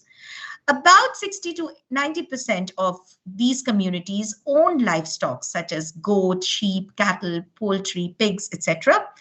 Both the communities access local forests for collecting wild indigenous foods, and both of them also access local water bodies, which was more evident during the rainy seasons. Around 190 varieties of indigenous foods, apart from the non-indigenous varieties in the two tribal communities, were identified. These included several varieties of green leafy vegetables, roots and tubers, pulses, mushrooms, fruits, and vegetables, and of course, the desi varieties of several cereals. However, we first did a free listing of all the indigenous foods that they were aware of, which they consumed in the past, which are now being little consumed, or which are being habitually consumed. So what we found out of 194, if you see the table, almost or more than 50% of these foods were little used or were historically consumed, and only 45% of them were routinely consumed today. So only 87 of those 194 were actually routinely consumed in the Munda tribal group. So we went ahead and did the taxonomic classification of these foods, and what we found is in both the groups, that is the ones which are habitually consumed, which are on your left, and the ones which are not habitually consumed or were historically consumed, both the groups had foods which were rich in micronutrients. So the take-home message here for us was that we have to find out what happened. Why are certain foods little used? And what about historically consumed food? Are they not available anymore? What was the reason? What are the reasons why these foods are not available anymore? So we did a systematic documentation of 102 of these 194 foods for their nutritive value, both from secondary data as well as our own analysis. And we found, as I told you, many of these foods were rich in iron, calcium, folic acid, vitamin A, but many of them were little used or historically consumed. So this table shows some of the micronutrient content of some of the fruits and foods and vegetables. And if you see some of the dals like Sutri dal, that's they call it, and that is the indigenous variety, was, as expected, was rich in proteins and was rich in calcium also. Certain fruits were very high in vitamin A, as you can, and so were some of the green leafy vegetables. all the figures in red are actually showing the level of these micronutrients, and they are really high. You look at beta carotene levels, you look at iron level, you look at the calcium levels, and this is something worth documenting. But if you see some of the food items like the green, the drumstick, the moringa greens. Now we all know, and different parts of the world have been documenting about moringa. So even this community had consumption of moringa leaves on an habitual basis, and most of the households had a moringa tree at their backyard. Now, however, when we looked at the actual consumption through the dietary recalls, we found poor consumption of indigenous foods, and the overall diet quality was very poor. Only 59% of the indigenous foods were currently consumed, and 40% of the indigenous foods of those were consumed by children. So somewhere we found a gap. That is, the whole household was not perhaps valuing the indigenous food that was available in their vicinity. There was poor nutritional outcome in Saurya Paharia children. You look at their diet diversity score, it was 2, ideal. And if you know about the IYCF practices as recommended by WHO, they say at least 4 food groups should be consumed during the day. Only 6.5%, which is very less, were actually consuming 4 or more food groups. Only 8% were consuming older kids. Only 8% of the older kids were also consuming only 4 or more food groups. There was higher diet diversity score that was there, was however significantly associated with higher intake of most nutrients, which is understood. Diet diversity is a proxy indicator of micronutrients.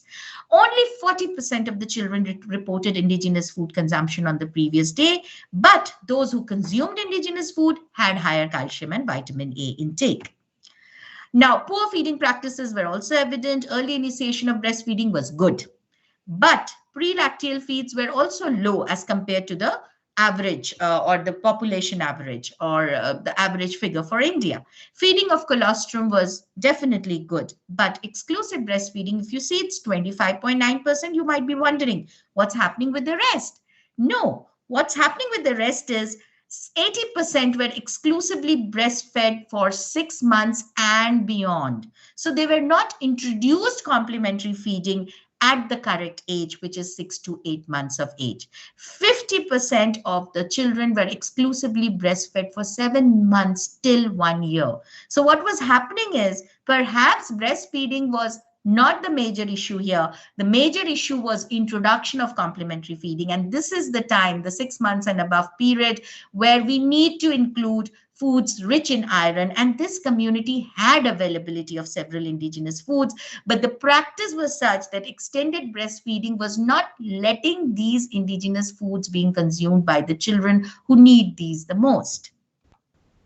Looking at the complementary feeding indicators, as I said, minimum meal frequency was less, diet diversity was poor, animal food consumption. Now, this was a tribal community. Animal food was very much a part of their diet, but children were not consuming it. Fruits and vegetable consumption was reported in 50%, but the amount was very less. However, what we see was the penetration of the processed food market in these communities was very much there. If we asked question about complementary feeding, the mothers would say, yes, we had given the child roti or a biscuit, that is bread or biscuit. What is happening with the indigenous rice? What is happening with the indigenous pulse? Perhaps the popularity or the marketing strategy of processed food market is not, they are not they're not leaving behind anybody, be it our tribal community also. But I wonder why we cannot use these social marketing strategies to popularize our indigenous food as well, or the food that is being distributed in the Anganwadi centers. Now, there was high prevalence of undernutrition among under 5 children in the Saurya Paharia and the Munda communities. So we found that, but if you compare the two, the Saurya Paharia children were worse off. Okay. Then we looked at the biomarkers of some of the communities And we found that especially in the Saurya-Paharia community, and we found that the CRP markers were high, so inflammatory markers were high. We found high levels of alpha-1 glycoprotein, serum ferritin, and serum TFR and retinol binding proteins. Factors affecting indigenous food consumption. Excuse me.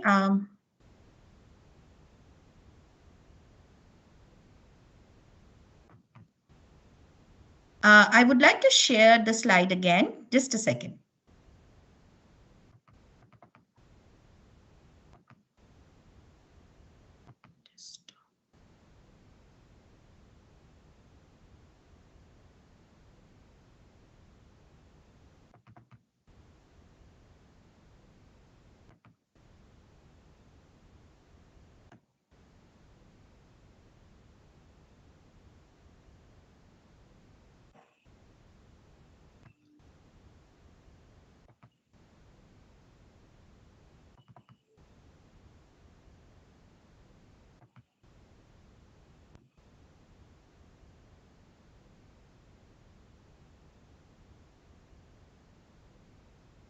Yeah.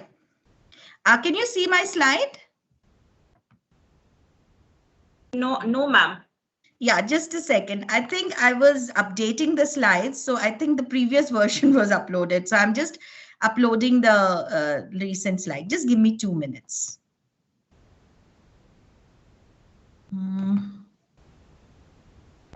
Okay.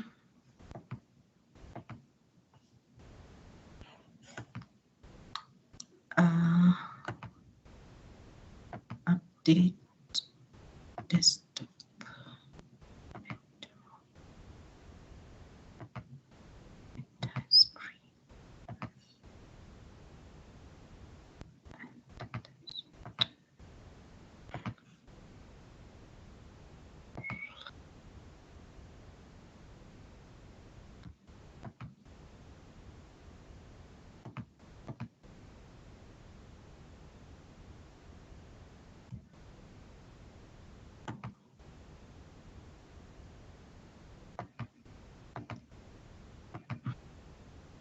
Can you see my screen now? Yes, ma'am. Yeah. So as I said, I just noticed that this slide was not inserted in that presentation. So here is the latest slide. So we found high prevalence of malnutrition among Saurya-Paharia women as well, not only children, but we found more than 96% of the women had usual intakes below the estimated average requirements. So I understand that some of our audience here are not from nutrition background. So to make you understand this particular slide, what we look at when we try to compare what the community is eating versus what is available to them. We usually compare it with the ICMR recommendations in terms of the estimated average requirements or the recommended dietary allowances. So we compared the intake of the women with the estimated average requirements for moderately active women. And what we found was more than 96% of the women in the Saurya-Paharia community were not consuming enough of proteins in a particular season. So we had seasonal data available with us. The minimum diet diversity score, which is also a proxy indicator of micronutrient intake and other nutritional intake, was just 3, whereas the ideal is just 5. And only 60% of the women reported indigenous food consumption on the previous day. But women who consumed indigenous food had better calcium and vitamin A intake, as we saw in case of children. Now, in the interest of time, I'm just quickly flipping through this slide also, where we found in Munda women also, they were consuming much less than what is recommended for their age group. And however, we found more women were consuming some kind of indigenous food in the previous day in the Munda tribal group. And those who consumed indigenous food, again, see, with the less amount also, their intake of calcium, vitamin A, vitamin C, and riboflavin were higher. And this was after adjusting for several other socioeconomic and demographic factors. We also found undernutrition amongst women and low BMI. And as you can see, 40% of the women were underweight. Comparatively lower prevalence of undernutrition in Munda women, where also we found that 35% of these women were underweight as well. Biomarkers, as I said, this slide is now updated and we have the final results with us. So we found high levels of C-reactive proteins, serum ferritin were suboptimal, but the retinol binding proteins in these women were somewhat better. The vitamin D deficiency was, and that was the same time when we were conducting studies in Delhi amongst the urban population, we found these women had better vitamin D status, and that could be related to their exposure to sunlight, their working in the fields, and other factors. Why are indigenous foods underutilized? These are some of my last slides, and we found after our qualitative discussions, we found that what facilitated indigenous food consumption amongst Munda tribal groups was a desirable taste and a perceived nutritional benefit. So they knew certain foods are so tasty and we would love to go to the forest and even pick it up. And some of them knew about the nutritional benefits, but that was the traditional ecological knowledge. The climate resilient varieties of some of the crops which could just grow with minimal rainfall and other factors, environmental factors. Preservation of indigenous seeds. Some of the communities continued to grow their desi varieties of grains, and that is how they were accessing.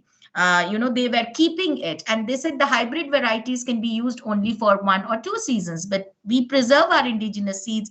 And to our surprise, when we looked at the COVID and its impact on food systems in these communities, we really found this factor that they were least affected by the markets, those households which already had indigenous seeds with them. So they had extra manpower because there was back migration, and they were also able to grow their crops on time because they were not affected by the lockdown during the COVID pandemic. So that was a resilience factor which we observed in these communities. And also use of cultural festivals and the cultural value of these foods was also a facilitatory factor, whereas the barrier was the climate impact on agroforestry system. They said several foods which were consumed previously are not available in the forest now.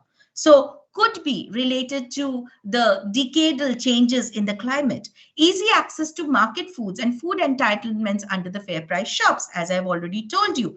Millets need to be promoted, but we have to create an environment where farmers are happy to produce millet and sell it to the government, and then they are distributed through fair price shops, and cultivation of hybrid crop varieties, especially paddy.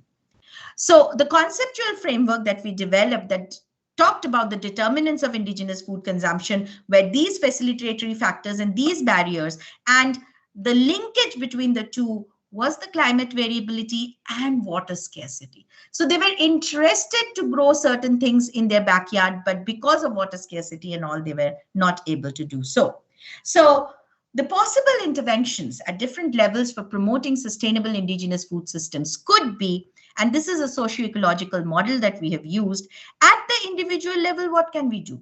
At the individual level, we can promote the food plate, promote a diverse food plate for the women and children by promoting nutrition gardens, encouraging indigenous seed productions, access and transplantation of forest species at the backyard, and supporting water management system. At the village level, we can actually incorporate foods into the government food supplementary programs, like the Anganwadi foods can include the indigenous recipes. Then the school meal programs can have indigenous foods incorporated in their menus. At the household level, we can promote agricultural diversity through improved production and access to indigenous food seed varieties.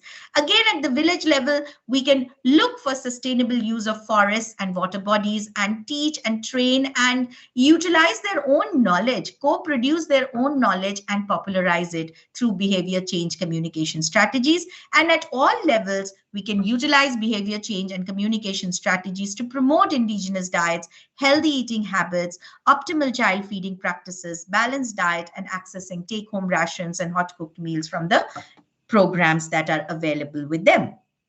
So the key messages of my presentation is that many indigenous foods are nutrient rich. They can contribute to micronutrient intake, and we need to preserve and document our traditional ecological knowledge and promote indigenous food consumption.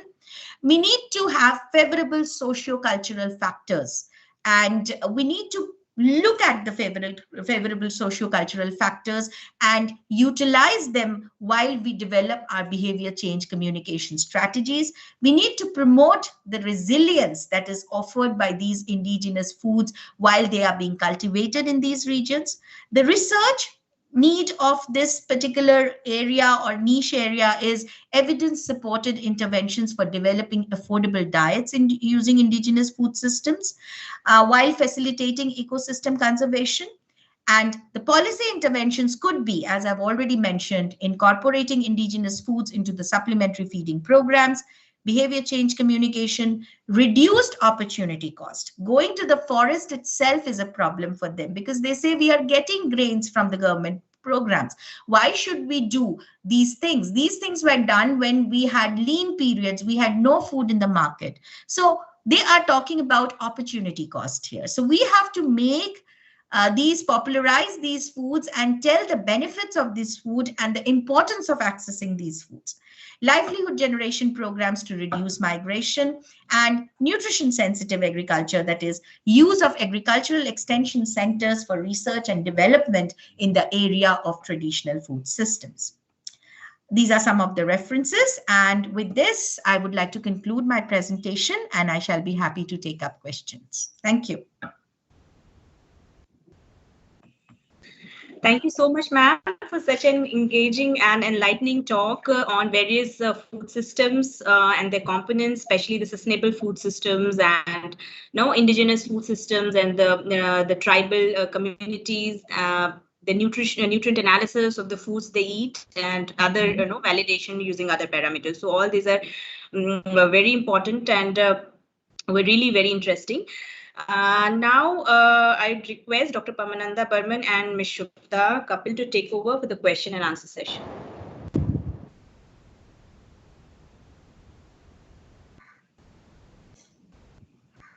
Dr. Charu.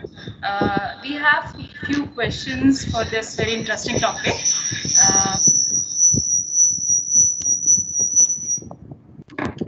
First question is from Dr. Kanika Malik, CSIR-NIScPR. Question is that in which category food from genetically modified crops falls, and is risk for is it Ratsic or Tamasic? Is it healthy? Question is for Professor Vinti. Yeah. Hello. Can you repeat the question for me, please? Yeah, sure, ma'am. In which category the food from genetically modified crops falls? Is it Ratsic or Tamasic? Is it healthy? No, it is Tamasic. It is not at all a Rajasic food or Sattvic food. But as far as the research is going on still, and few countries have not even accepted genetically modified foods. But because we need to have food security, so definitely we have to go in for genetically modified foods. Otherwise, we'll not be able to ensure food security. But it is not a Sattvic or a Rajasic food. It is a Tamasic food. Right? Thank you so much for asking such a beautiful question. Thank you. Relevant. Thank you, ma'am. The second question is for Professor Suparna, again from Dr. Kanika. So the question is that we know that these tribal people, they are consuming these indigenous foods which are nutritionally rich, but why they are malnourished even after having these foods? Very good question, and that was the same research question we were trying to explore all through our work. And yes, that is what we have to look at, the linkage or what leads to what, or a causal pathway.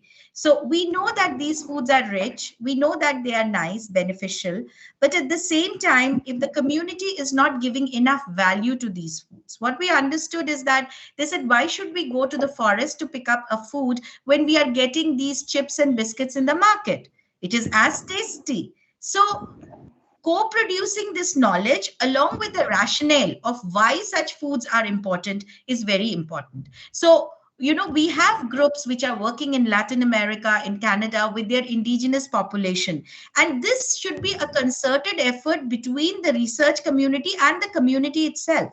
So we need to work together in making these foods or revitalizing these food systems and telling them the importance of diversity, the importance of cost effectiveness of their own food systems. Many a times, and this is anecdotal, I spoke to some of the opinion leaders in the community, and they said, well, what we used to eat from the jungle are low value products. What is good is the apple from the market, the oranges from the market. If the opinion leaders are talking like this, then you understand what is happening with the community. So co-production of knowledge is very important here. We as outsider researchers cannot just go do our research and come back. We have to work with the community for the benefit of the community. And that is where, the traditional food systems research work has a unique approach as compared to a conventional research work that we do. Here, the researcher and the researched, there is no fine line between the two. And that is where we go back to the community and use behavior change communication strategies to tell them, see, what knowledge you have given me, it is a treasure trove of knowledge, and they also sometimes value it. But what happens is when there is a paradox between what is available, which is what is consumed, and the understanding. Like I said, exclusive breastfeeding is not a problem there, but prolonged breastfeeding is a problem in that community. And so is malnutrition. So they are not giving the indigenous foods that are available to them to their children. So somebody has to go work with the community and impress upon them the importance of the traditional knowledge. And that is very true. As you have rightly pointed out, they have knowledge, but the knowledge is not getting translated into practice. I hope that answers your question. Yeah, thank you, ma'am. Another question is there from Ms. Charu Verma. She want to ask, there is a general perception that we should consume tea within 30 minutes of taking our meals, as it may hamper the nutritional absorption. How far this is true? And yes, if yes, then what is the reason? Question is from Dr. Davar.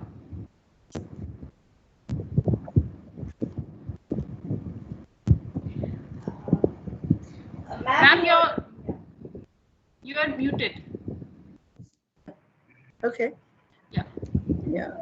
So, Dr. Charu, the thing is that when you take tea, it hampers the digestion of the food which you are consuming, and there's chelation.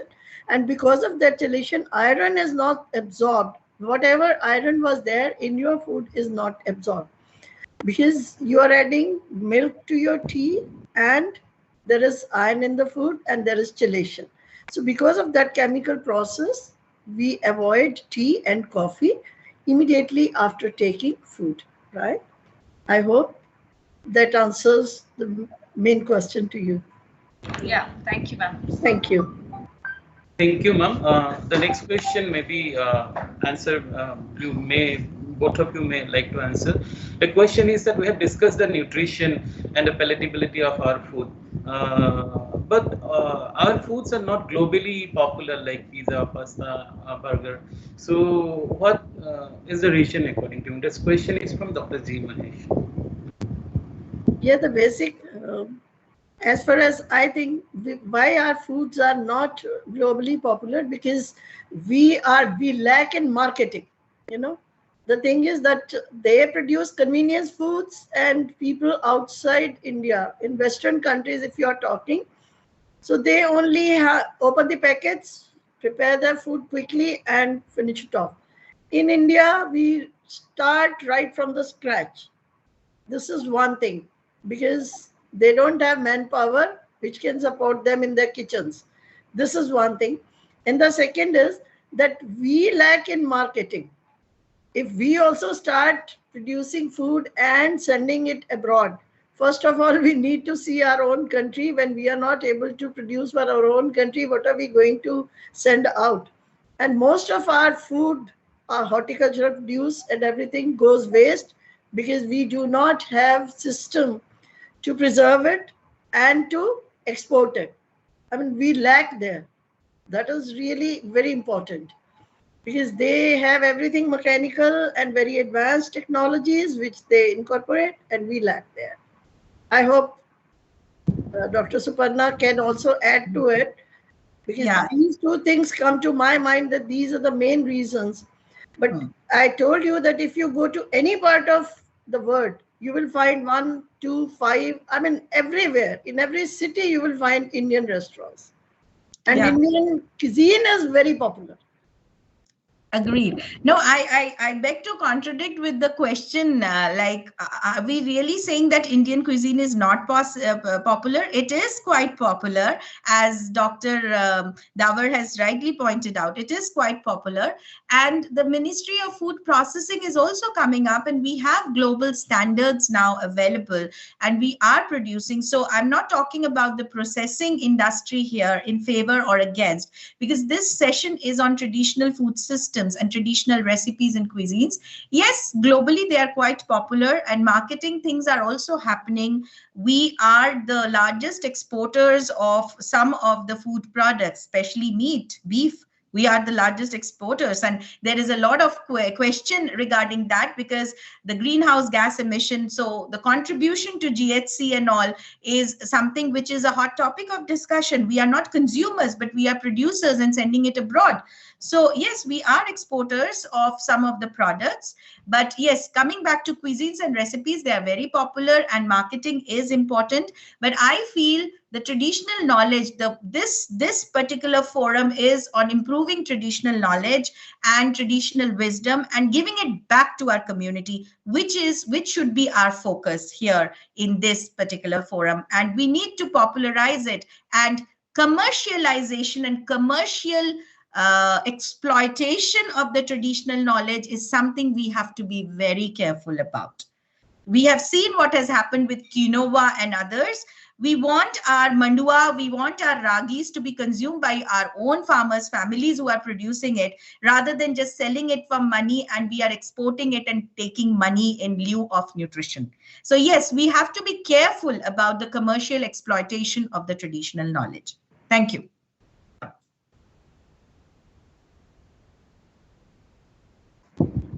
Thank you, ma'am. Next question we have from Dr. Suman Ray. She wants to ask what innovative and holistic model do you suggest for traditional food production and its distribution to reach the masses? Very important question. Yeah. Very important question, Dr. Ray. And yes, the strategies are being thought about. And if you see some of the very important steps taken by the government, like the crop atlas that they are talking about. So they are developing region-specific crop atlases to promote these foods and going back to the historical production. What we know is we are seeing monocrops now. It's rice or wheat. States which have never grown rice are also producing so much of rice. And what is happening is depleting water table, high water footprints and others. So I feel the strategy should be at multiple levels, should be at the food production level through stronger policies.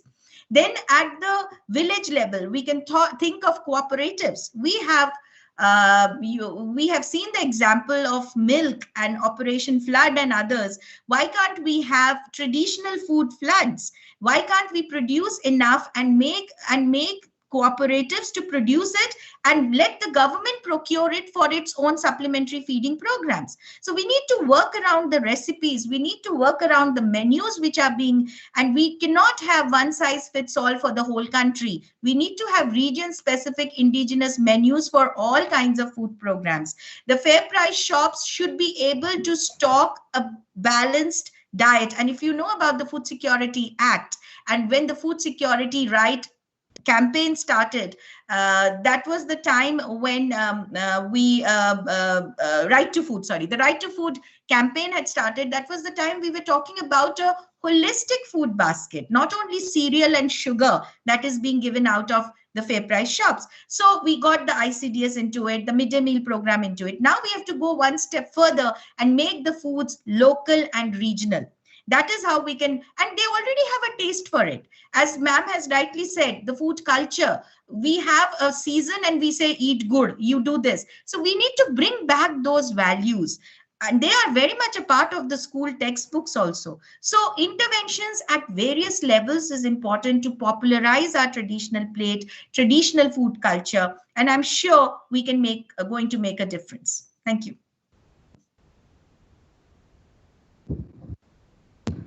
Thank you, Professor Davar and Professor Ghosh, for the enlightening session. I hope all our audiences must have been benefited from all these in your experiences. Over to Charulata ma'am for the next announcement. Thank you, Dr. Parmanand, and best wishes to all. Thank you, Dr. Parmanand and Shubda, for Professor moderating Vinti this. and Professor Jared, thank you so very much. Yeah. Truly enlightening lectures. Yeah. Now I request Dr. Suman to propose the vote of thanks. Thank you, Dr. Charulata. It is a great honor and privilege to propose vote of thanks on this memorable occasion of this exciting and informative series of SVASTIK lecture series. First and foremost, I thank our director, Professor Ranjana Agarwal, for the vision, initiative and encouragement to organize this lecture series. It is under her leadership we are able to make the session a resound success. I owe special gratitude to our eminent speaker, Professor Vinti Davar, a clinician nutritionist who, despite of a busy schedule, found time to grace this occasion with a very sound and informative keynote address on indigenous food system to address food insecurity and malnutrition in tribal communities. We express our gratitude to our distinguished speaker, Professor Suparna Ghosh, from Indian Institute of Public Health for the special address providing deep insights on the traditional food system. I thank our organizing team committee, Dr. Charulata, who is the coordinator, Dr. Burman, who is the co-coordinator, who constantly works so hard to make the day a great success. I thank Dr. G. Mahesh, Ms. Charu Verma, Ms. Shubda Kapil, who are strong backbone of this team. My heartfelt thanks to all the participants for their patience and all the CSIR-NIScPR family members, without whom the occasion would have been incomplete. Finally, I am thankful to be a part of this team. Yes, indeed, we have learned so much from today's session. Our health, no doubt, is directly proportional to the food we take. At last, I would like to say, let us respect the food. Let us bring back our traditional culture, our traditional food at our home. Thank you so very much. Thank you, Dr. Suman. So, ma'am, would you like to say something? Director ma'am, or shall we close the session? I would like to thank both the speakers, Dr. Davar and Dr. Jairath. They took time out of their busy schedule. I came to know about Dr. Ghosh that she had meeting after 12:30 and it's 1:20 and she is still there with us and very patiently took all the questions. Similarly with Dr. Davar, I know she is very busy.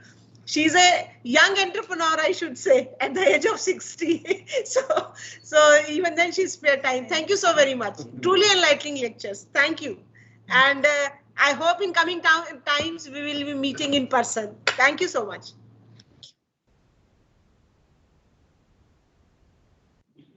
Okay. Thank you so much, everyone here. Thank you.